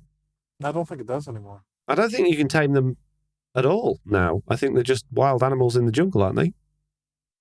I might be wrong about that. 5. A new Illager structure called the Illager Fort looks like a small castle with turrets and a throne room. The new armor trim can be found called the Guard Armor Trim, as well as gold emeralds, gold, diamonds, amethyst, bread, and echo shards. See idea 6. Jeez. A single evoker can be found in the throne room, along with treasure chests, pillagers, a pillager capped, and vindicator spawn there, so can trap delays. 2 new illagers can be found there. The thief, see idea 7, and the guard, see idea 8. Jeez. Found in forests and plains. As I said before, yes, I'd like to have a load more structures in the game. I wouldn't mind something like this, but you've pretty much just described a woodland mansion. Yeah. With more mobs in it. So and the fact that you keep saying see ideal 6, 7, or 8, that we can't pick one without the others. So I'm gonna hard no. Yeah. 6, a new wearable item called the Echo Helmet, made from 5 Echo shards. Basically, it makes you hear things from much further away than normal. No. I don't want to hear things from further away. I'd rather have one that like I could put cotton wool in my ears and hear less. Yeah, I would like one if I put like a leather helmet on and then I go wax a block with wool. I don't hear that block no more. Yes. Suddenly I'm waxing all pistons. Yeah. The thief. The thief is a new villager who rides a horse with a cart and a chest with treasure. He has a hood and green road, spawn with a bow, spawns in illager forts during raids, drops a bow and an emerald when killed. Why? No. Okay. 8. The guard is an illager that spawns in the illager fort, spawns with an iron sword and a shield, can crouch if almost dead, regenerates health, drops iron sword, shield and emerald when killed. Why? No. They're not giving us anything new. Both of those things, okay, fine, a new type of mob, great. What does it bring to the game other than just looking different? And one's on a cart and one can crouch. They're not doing anything. No, they're not interesting. Make them interesting. 9, you can wear banners on your back like pillager captains. Now that I don't mind. Yes, I think that's a good idea. I think you should be able to have a tribe or have like a group of people, particularly on like anarchy servers and PvP things in groups. I think you should be able to be a bannerman. I think you should be able to attach a banner to your to something and have it behind you as you walk in. Yeah. I'm fine with that one. Attachable banner attaches to your armor slot. Yeah, maybe in replacement of your helmet or something. I don't know. Yeah, got to be a trade-off. Yeah. You can saddle and ride sniffers and sea turtles. I thought sniffers were going to be rideable. They've got that big old flat back. Yeah. But what would be the point? They're slow. Yeah. They're slower than horses. Nobody even uses horses hardly. You know? Sea turtles I can see being a thing because at least you'd be able to get around in the water. But then boats. So let's make the sniffer rideable. Okay, let's give him a flower on a stick. Oh wait, we already got that with a pig. Yeah. How many people do you see riding a pig? Yeah, we don't need either of those, I'm afraid. Sorry about that, but I was just the only positive of that is it's another use for all of those many saddles that you get. Okay. That's it for those ones. We're moving on to the next one. No, as in those 10 ideas, all 10 done. Let's move on. Okay. Here's where we're at. It says, hi, podcast crew. I think I have an idea for the shared inventory problem. I think you should have a tab in the main menu. That allows you menu that allows for you to make a new inventory, and you can put items in a new inventory and use different inventories on different worlds and servers that allow you to use it for. Sorry for the book. Have a great day. Yeah, sorry. That's one of the few spelling mistakes that got through. I did go through and try and fix all the spelling mistakes before the show, but we got main instead of menu. Jeez. I don't think that would help.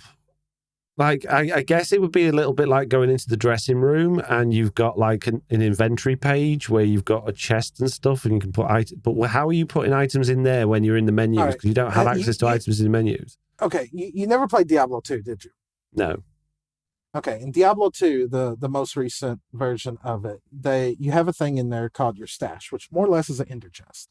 Right. Okay, so in the newer versions of the game, they've went back and redone this. Your character, you have different characters. Every one of them's different. Say it's different worlds, has access to their ender chest. Okay, Yeah. and then it has 3 other tabs for shared ender chest. Right.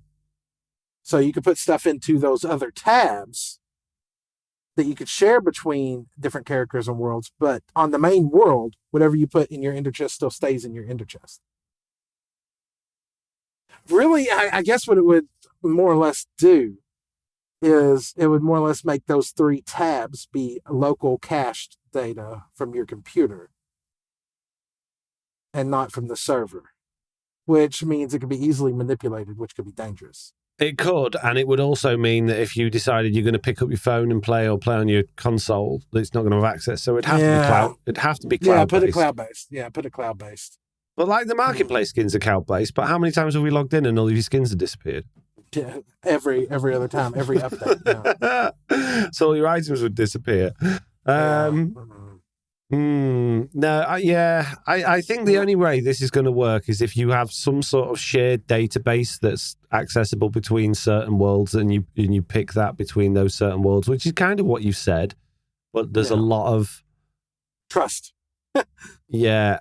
I almost think I think where we went when we were talking about having all of those servers that you could join with the same character and the same stuff, they'd all need to be running on the same thing so they can access the databases together. Yeah. Okay. The Kid Artist says, Foxy, Foxy, Foxy, how's your day? Long time listener, first time writer. Wow, I can't believe you can spell this well and this is the first time you've ever written anything. That's amazing. Jeez, that's impressive. Must have used a dictionary. I had an idea for the Nether. You know, you can hit ghast fireballs back at them. What if you sent the fire back? It would drop a flaming ghast here, which could be used in new potions. Please make some ideas on the pod. See you later. The Kid Artist died from missing the fireball.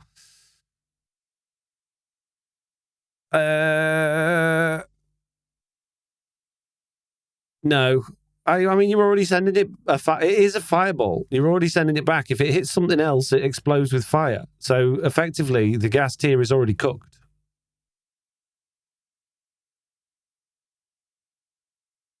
Sorry. No.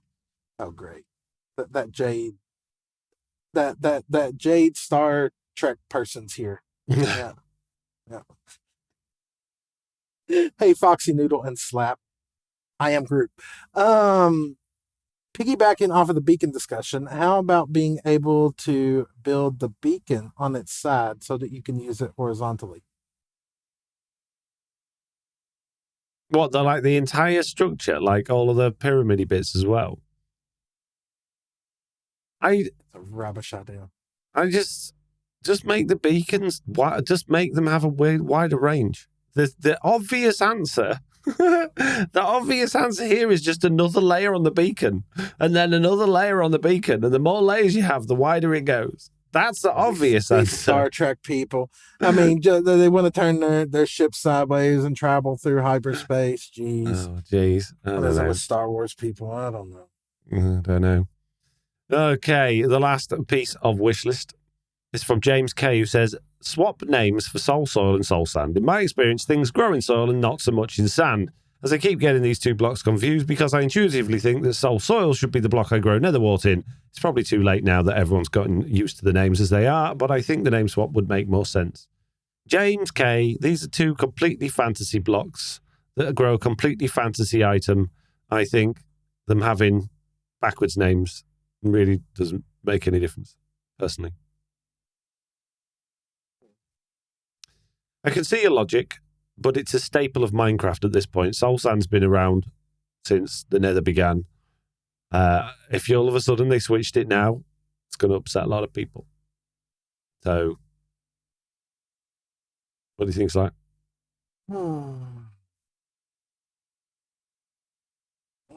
It actually makes sense for them to be name swapped, but it's already too late. Yeah, I agree. It does make sense, but it's too late, and they're fantasy, and it doesn't matter. Okay, good. Okay, right. That is it for the wish list. If you've got a wish and you want something added to the game, then we can absolutely 100% guarantee that your ideas, if we think they're a good idea, will at some point eventually make it into the game, unless they don't like these ideas, in which case they won't. And obviously, that's entirely possible. Send us an email and fill in the feedback form and join the Discord with all of your good ideas. I think on a side note, I've flustered Jade. Okay, it is time for the questions. As I'd like to remind the people listening in the live show, there are 19 people currently there. If you have a question you would like to add, then please throw it into the live questions channel now. Unless it deals with Star Trek. It's too late. With that. Yeah. Okay, we're going to start with Dino Blue 850, who says, "Hi, newbie here. Is there a way I can play Minecraft with my daughter on one on mobile and one on Switch?" Yes, there is. On the Switch, you will need, what's it called? Nintendo Online. And you just need to add each other's Xbox friend gamer tags. It's perfectly simple. Makes sense. But yes, it's possible. Yep, 100%. Mystery's up next and says, when do you think that a player is mid-game, in-game? For example, you're mid-game once you have full enchanted diamond armor, and in-game once you get a netherite sword. Elytras and shulkers. There is no such thing as mid-game. You are mid-game when you are not in early game and you are not in end game. There is no specific requirements to be in mid-game. If you've got more than a wooden sword, I would say you are, or a wooden pickaxe, you're probably in mid-game. If you've built something with a door on it, you're probably in mid-game, and you're there all the time until you're in end game. And end game is when you've got everything that you need. It doesn't necessarily have to be netherite armor, but it's everything that you need that you don't need anymore to progress. And that's going to vary person to person. Yeah, exactly. But if For me, I'm not in end game until I have an elytra and shulkers. Nope. Yeah, exactly. If we're talking as the game as a whole, if you had to judge everybody with the same thing, I would say end game is when you're fully netherrited, you've got elytra, you've got shulkers, and you've got enough rockets to go wherever you want to go. You've got enchanted diamond tools, or enchanted netherite tools, or whatever, and you basically conquered the game at that point. But yep. I consider myself end game once I got my diamond gear and my diamond armor sorted out, regardless of netherite, just because I'm pretty much well protected at that point anyway. Netherite's just a bonus. In fact, as long as like Slack, as long as I've got a elytra and shulkers, even the armor doesn't matter too much to me, to be honest with you. But there is more to this question, Slack. There's more to this question? Yeah, the next paragraph that you missed. Oh, awesome. What do you think you need to, 1, go to the nether, and 2, beat the ender dragon? For example, you need diamond to go to the nether, but enchanted netherite to beat the ender dragon. Nope. You don't need anything to go anywhere. You need obsidian and a flint and steel to go to the nether, to light the portal. And you need eyes of ender to go to the end, but you don't need to if you want to have a really easy... Yeah, exactly. If you want to have a really easy time in the end, then if you've got elytra and rockets and full netherite, yeah, you're going to have a much easier time. But you don't need it. Me and Slack often go wearing like leather and iron just to go and sneak over to the cities and grab what we can early doors. Then in terms of the nether, yeah, it depends on the generation. If you've got a big old landmass, you don't need anything. If you're just surrounded by lava and bastions and fortresses, you're going to need to be a little bit more equipped to have an easier time. But again, you don't need anything. Yeah, it's going to vary. It's always going to vary. Yeah. Okay, Tiny Raccoon says, how long do you think the pod will last for? Until and if the quality decreases? Until there's not enough to talk about, until it doesn't make money, until you can't make time for it. I don't think it's a good idea to try and put a limit on it. I certainly couldn't guess that. Obviously, if it becomes unpopular for whatever reason, and there's no point in us doing it because it's not going out to anyone, then obviously there'd be no point in carrying on. Or if we can't make time for it, or we decide to go other ways and do other things, then it might end. But I've got no intent on any of those things. When you say the quality decreases, how are you expecting that to be? Just because we've been doing it a long time and got a little bit bored and lethargic, and we're not putting as much effort in? And obviously, if there's nothing to talk about, if Minecraft really does die and becomes a dead game, then we'll have to try and find other things to talk about, other games and things like that. And if we can't find common ground, or if those, if it falls flat on the audience, then that would have a bad effect on it. But fingers crossed, none of those things happen. No, hopefully none of those things ever happen. I had the night. Foxy, how does one chase their tail if in fact they have no tail? It's just a figure of speech, guys.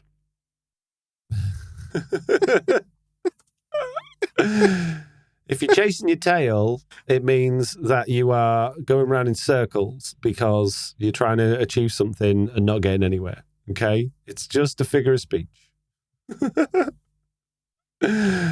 Irish Viking says, Foxy, what are you going to make as an add-on to outperform your one-player sleep now that Mojang's added it to vanilla? Hey, Slack, is it Pick on Foxy Day?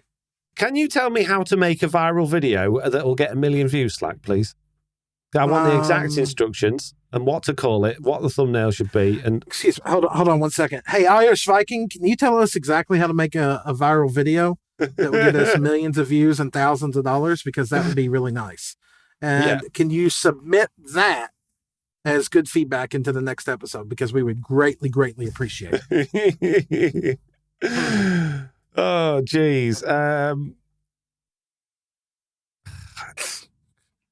the end of the day, I've done very well with add-ons out of milking the fact that there has been a lack of parity between Java Edition and Bedrock Edition, because that's what people want most. The majority of the player base want what they see other players have got that they don't have. So if there is something there that doesn't exist that I can provide, then I can benefit from that. But there obviously, with all these parity changes, are fewer and fewer and fewer opportunities for me to be able to make things that bridge that gap. And what is left is very, very difficult to do. I thought I'd nailed it with offhand until they took it away. Let's think of some parity differences, Slack, that people actually care about now. There really aren't that many, are there? Aside from offhanding, flying in water. Yeah, they can't do. Actually, we'll be able to do that now very soon, because one of the latest things in the experimental beta API things is the ability to force a player to glide as if they're using Elytra. So you can detect if players underwater with it as well. So you could be able to detect player underwater and get them to glide when they're underwater, I guess. Or if they're already gliding, like and they're in water, keep gliding, maybe. I can tell you one a lot of people would want that I have no desire to have, building on the nether roof. Yeah, not possible with add-ons, sadly. Flash in the chat says banners on maps. It's another popular one. Not possible, sadly, unless you do what that janky person did on Twitter and just build giant structures that look like banners on maps in the sky with commands. There's not that much that we're missing now. Shaders, again, would be great, but it's not possible. No. Chunk borders, anything like that, utility stuff, great, but not really possible. I've pretty much covered everything that I can cover when it comes to parity stuff. I really went out there with that markers pack in order to try and make that as Bedrock friendly and unique as possible, and people love that. Genfire says F3 screen. But people have done it, and it doesn't work. It's janky, and it slows down your game. And again, it is clearly possible, but it doesn't work, and it's one of those things that every update will break every single time. I mean, you can't just add things to the game like that. There was a content creator out there who leaked a copy of the F3 screen in the developer's version, and it looked really nice. Yeah, it does exist. Stitch Fix says, whatever the chat thing is when you get close to people, proximity chat's been done. People have done it. No one wants it. We don't want it. No one wants it. That's not a Java feature. That is something you see in other people's videos. And therefore, whilst a lot of people want it, it's not the entire Bedrock player base that wants it. It's just some. And Flash, you're saying things like redstone differences. Yeah. So redstone differences to technical players that deal with redstone is a tiny, tiny, tiny portion of the player base. So it's not going to have an effect on most people. So yeah, you never know what I might come up with next. I mean, I've been through those 40 things on the wish list and thought, do you know what? Stitch the best Fix one of just those says quasi-connectivity. I will ban you from this Discord. I would rather be stabbed in the eye than have... you want that stuff, you go play the other version of the game. Okay, next question, quick. What we got? I don't know. Where are we up to? Flash, I think it is. The first one? Yeah. Has Jeff got a new assistant doing the entities, and that's why they're wrong? Probably. Jeff got an assistant. If we had an assistant, it would be done right. If Jeff's jobs were being done by literally anyone else, they would be better. Maybe it's Chuck. Maybe it's Chuck. Yeah. Flash also asks, if they're doing changed for parity reasons, why are there still two versions of the game? It feels like Java version is still Precious version and Bedrock is the afterthought at times. That's a bit of a weird one, actually. So obviously, at first they were planning on getting rid of Java Edition in favor of Bedrock Edition, and then everybody hated that idea because Bedrock Edition sucked. Bedrock Edition is getting better, but it's still a far cry from the likes of people like Hermitcraft and people like that need what Java Edition has to offer. Bedrock Edition still isn't doing that. And those people tend to be the OGs of Minecraft that won't let go of it because they've been doing it for so long. And a lot of the developers of the game are the ones that are making the decisions are also OG Minecraft players that develop the Java version, play on the Java version. So that's why it gets the love, because they're the ones in charge and that's the version that's most precious to those. I think if Microsoft had their say, if Microsoft probably will at some point, when times start getting tough and they're starting to do what big game companies do and start laying people off, they'll be looking at the costings and going, well, Java Edition's not making us any money. Why are we keeping hold of Java Edition? And the argument is, well, because that's the one most of the people on YouTube are playing, and that's the one that's bringing new players into the game, be it Bedrock Edition or Java Edition. When that's no longer the case, there'll be no need for Java Edition, and I'm sure it will go away. Yeah. Yeah, in time. I always felt like Bedrock Edition was the cousin who lives out in the woods. You don't talk to him unless you need to borrow his truck. Though they share the name of Minecraft, they're two different beasts entirely. Yeah, but as long-term Bedrock Edition player and long-term Java Edition player, I can tell you that playing Bedrock Edition is a smoother experience. It's quicker to load. It's quicker to get into things. And whilst it has its bugs and its flaws, you can do a lot more with it. You can do way more with Bedrock Edition built into the game than you can do with Java Edition data packs. You can do even pretty much Bedrock exactly Edition, the same stuff. Even Bedrock Edition on like Sim6 farms, there's quite a few of them that can smoke Java Sim6 farms or Sim whatever.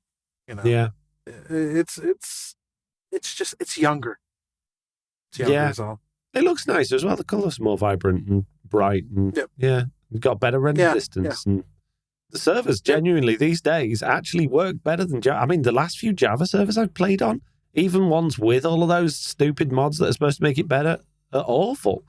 Don't have half of those stuff problems. like that. Yeah, no. On Bedrock, the worst thing we've got at the minute is that stupid memory leak bug that just makes your server crash every couple of days unless you reset it constantly.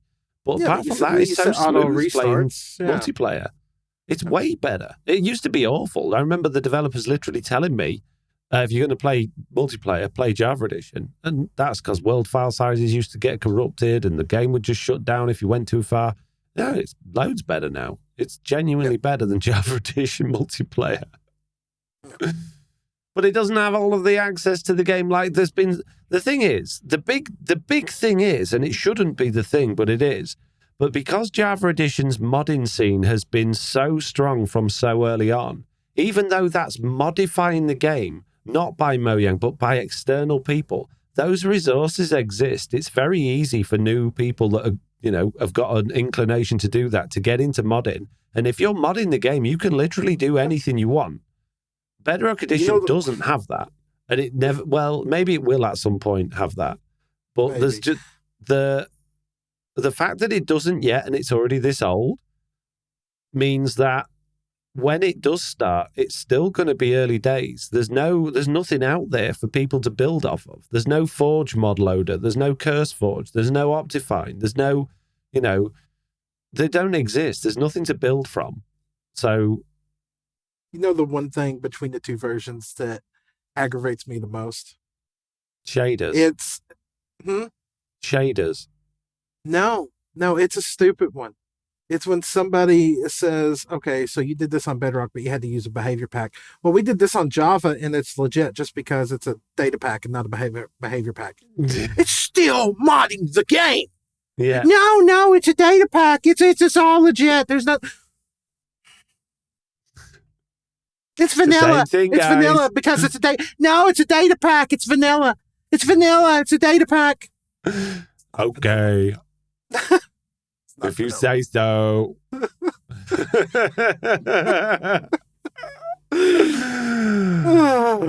jeez. Okay. Oh, geez. Some of the data packs out there are like so laggy and bad and do so many things that shouldn't. But they're be vanilla. done. They're vanilla. They're vanilla. No. Yeah.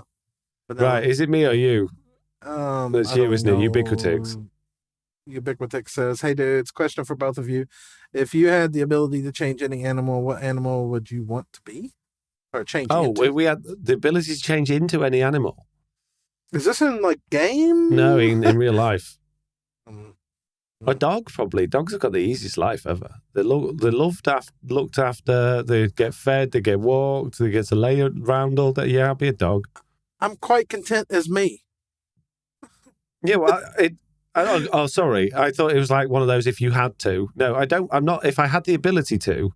And yeah, do you know what? If I had the ability to change into an animal and just on a whim, a bird, so I could fly. Yeah. Yeah, something related to flight for quick travel. Yep. Yeah. Imagine getting around. I'm just going to nip to see me mate. He's 20,000 miles away. Just off I go, riding the currents. The other side of the world. Be there in a couple of hours. That would be nice. That would be nice. Can we just have teleporters? Yeah. I mean, I'm still looking forward to that. Right. Okay. Anyway, Wildcat Dad 17 says, so with the 2020 beta having player sleep percentage, what game rule do you want next? Oh, what game rules are we missing? This comes back to what are we actually missing now? I can think of a game rule for you. Mm-hmm. Mobs actually go peaceful, not just disappear. Yeah, it's not a parity one though, but yeah, that's what I would like. That's one of the add-ons that I'm going to be adding in my thingy thing, the videos that I'm going to do. But no, I would like. It's not necessarily a game rule, and I've forgotten it now. Oh, jeez. Edit then. Can't remember. It's gone. Oh yeah, the change biome command. That's what I want. Next, I want the ability to go, this is now a swamp. Not like change the terrain or anything, but change the terrain colours, make it act differently. This is now a mushroom biome. This is now this. That would be very useful for map making. That could be cool. Yeah. Don't look at me. I don't have nothing that I want to change at the moment. Okay. Stitch Fix. Yeah. What is a stable release? What is the difference? You say a lot, and I'm not sure what you mean. With all the bugs and recent changes, seeing how they keep making the game more grindy, how long do you see Minecraft staying popular? That's 2 questions. Yeah. Okay, first question. What's the stable release? So today, in the change logs in the news, we read out 1.20.10, which is a stable release, and 1.21.20, which is a beta/preview. A stable release is a release that Mojang have said, yes, this is good enough to be the a proper version of the game that will appear in your game launcher. A preview or beta release is one that they're working on. They're hoping people will play on and then report back to them with bugs so that they can fix it ready to be stable. So as far as Mojang are concerned, a stable release is an active version of the game that they expect the majority of players to play on, whereas a preview or a beta is not. They don't expect many people to play on that at all, and they won't support it like they would a stable release. Does that make sense? Mm-hmm. Okay. With all the bugs and recent changes, more grindy, how long do you see Minecraft staying popular? Well, it's lasted this long. As long as people are making videos on it, as long as people are making it look exciting, as long as people are finding new ways to play with it and new ways to create content with it, I think it will stay popular. And it's such a open game that I think that will last a long time. I think with the recent changes of forcing a play style in a lot of ways on lots of things, they're making that harder to do. But if they keep going down that road, maybe they're going to kill it. But I don't see them killing it. I see the people like me that are getting a little bit old and long in the tooth for Minecraft because I've been doing it so long, getting frustrated. But I think new players will still find it interesting. As long as people have got that creativity and enjoy logging in and doing stuff, I can't see it dying. I mean, it might drop in popularity, but look at like that first, is it the first Warhammer game? Still going strong. People love it. Oh, there's still people playing the original Quake and still putting out videos on that, Yeah, So I mean, there'll always be, what is it they call it? Oh my God, I can't think a of the community. word. Community, cult following, whatever. Yeah. Yeah. There'll always be something related to it. It's just popularity may change is all. Yeah. Okay. Irish Viking is up next and says, would either of you be willing to test or make a tutorial for using the calibrated skulk sensors with the amethyst vibration resonance? I want to play with those. Maybe. I don't really see... A tutorial actually using blocks is sometimes a good idea, but you need to thoroughly understand them yourself and really have a reason for doing it and have a way of making that video stand out and be clicked on. And I don't know if there's that many people out there that are looking for a tutorial on calibrated skull sensors and amethyst vibration resonance. So maybe. Dragoon says, Ari, the viral video. Have you seen Solidarity Gaming's video on hitting 1 million subscribers in 17 days from Shorts? About 400k new peeps. He gives an interesting feedback on an impact of how there is clearly a Shorts audience that doesn't translate to long play views and engagement. No, I haven't. I haven't seen that. No, haven't either. No. Yeah. The thing is, a lot of people have said that, you should do Shorts and bring more people to your videos. But it quite clearly says, even in the YouTube analytics, these viewers for your Shorts won't watch your long videos. So it's like, well, what's the point?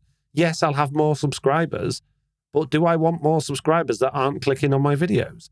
I've said since day one on my channel, I don't want fake subscribers. I don't want to buy subscribers. I don't want people to subscribe if they don't want watch my content, because I want to know that subscriber count is people that genuinely enjoy my content, and that's what makes me feel good. Yes, it would. The more I get, the better I feel. But if I'm getting more because I'm begging for them, or because I'm buying them, or because I've drawn people in for content that they're not actually looking for, then it's pointless. So that's one of the reasons I don't really care that much about Shorts. Me neither. Not at this moment in time. And next up we have Irish Viking, who says, have you thought about adding more things to your markers pack, possibly using other items? If I could think of something that would need adding or that would be useful, then yeah, but I don't really see what I can provide that would be of use to people that's technically possible to do. So I added the spawner range one due to popular request. I don't really see what else I could add that people would really find all that useful, to be honest with you. If people have got ideas, great, but generally speaking, when people have got ideas for that, they're not possible to do, so I did everything that I thought was possible. Okay, the last question is for Guardian Spawn Spots. No. From Flash 3636. When you say Minecraft will stir... The thing is, right, with Guardian spawn spots, yes, it's possible, and it's been done, but the problem is, it's you guys. The spawn spots aren't where they're supposed to be because you put the armor stand in the wrong place. How do you know which bit to put the armor stand on? Right? How does the armor stand know where it is in the world relation to the Guardian farm? It doesn't. The way it works is you put that down and you go, well, 5 blocks this way, there's a spawning spot. 5 blocks that way. It doesn't know where the spawning spots are in the world. There's no way of determining that. So it would be 100% down to you guys putting the armor stand in the exact right spot, which you won't because you don't read the instructions. Because I still get complaints every single day that the markers pack doesn't work because they're putting it on an angle and not putting it straight on the spot, which it says to do in the instructions, it says to do on the video. So while you guys don't read the instructions and you don't watch the videos, I'm not adding in things that are just going to have a wave of people telling me it's broken. And I don't want someone going through the entire process of building a Guardian farm in the wrong place because they put the armor stand 2 blocks to the left. So no, I'm not being awkward. People don't follow tutorials. I'm not being mean. I'm not doing it because I can't be bothered. I'm doing it because you guys will do it wrong. It's like how many people you put out a tutorial on something, Foxy, and somebody replies, "It doesn't work," and you take the time to actually investigate what's going on, and 99.9% of the time, they didn't follow directions. They didn't do it right. They did it wrong. Okay, the last question. Is it you to read out or is it me? Me, you. From Flash, saying, when you say Minecraft will stay popular, even players are burning out trying to find bigger, better things to do. Do the devs need to listen to you with the quest/mission type DLC to give Minecraft a bigger game and play option? I can't believe that they wouldn't have thought about that. I think the fact that they are making spin-off games clearly means they're thinking about other ways to monetize Minecraft. Yep. And I'm sure the questions and the meetings will have happened at Mojang and Microsoft saying, should we add this game mode to Minecraft? Should we do that? And they'd have decided, no, it will be more lucrative to us to have a brand new game because people will buy that game and give us money for that game. Whereas if you just add it to Minecraft, you're going to get a lot less people buying it because, first of all, people expect free updates in Minecraft. They'll be like, why wasn't this just part of the update? That's not fair. And second of all, they already own the game. So you throw DLC into Minecraft that costs money and you're going to get less people buying it than people buying a new game because when a new game comes out, people expect to buy it. And you also have things like the Xbox Game Pass. Xbox Game Pass, while the games are free on there, Microsoft are actually giving those companies a lot of money to put those games on Game Pass. So they will estimate how many games would we expect this game to sell, how many copies would we expect it to sell if it wasn't on Game Pass, and they will be giving that company the equivalent in money in order to get people onto their service to use it. So that company's not just giving it to Microsoft and going, here you go, put this game on Game Pass, we don't care about money. They're getting paid for it. So if a brand new game, even made by Mojang, comes out on the Game Pass, Mojang are still getting paid to do that. Whereas if they make DLC for Minecraft, the only way they're going to get paid is if people buy it. Because it's not going to go on Game Pass. Yeah. So financially, it's not the best decision. Although for me personally, as an OG Minecraft player, I would be much more happy to buy that than I would be a new game. But then I would buy the new game anyway because I'm an OG Minecraft player and a content creator and I want to see what it's about. So they got me, mate. Sense. Right, that is it for the questions, Slack. You know what that means, don't you? It's almost time for food. Yeah, it's time to remind everybody that we are supported by Patreon. If you enjoy the show and you would like to help us out, then you can do by going to patreon.com/The Block Update. Also, if you want to ask us a question, you can do by joining the live show and asking us live, or emailing us at news@theblockupdate.com, filling out the feedback form on the blockupdate.com website, or joining the Discord and doing it when we're not live. This week, I am going to be streaming, I'm definitely going to be streaming tomorrow evening, doing that Patreon tour, but that's actually the day before this podcast comes out. So yesterday, I should have streamed. I haven't got any videos ready now for the weekend, because I had to put my video out early today because of reasons. But my Doug Shot videos are still going out. Still going, guys. Still haven't played any more. Still haven't completed it yet. But that's on my to-do list. What about you, Slack? Friday, collab with you. Yes. Yes. Yep. TV episodes as of right now on Mondays and Wednesdays. And probably a stream each day, but no guarantee on that. Fair enough.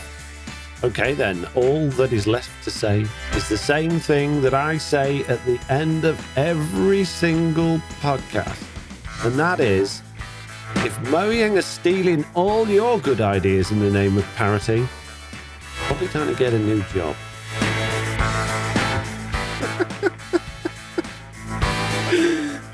Hey, but at least they're giving you follow-up videos to rant about. True. Which apparently is what's going to get you the views. Apparently so. Yes. Oh, let me look at that quick before we go, because when we had that break between the bonus show and the main show, it'd gone up to 2.3 thousand views already, which is like, oh my god, 10 times. No, it was more than 10 times more than I would have had at that point. Geez.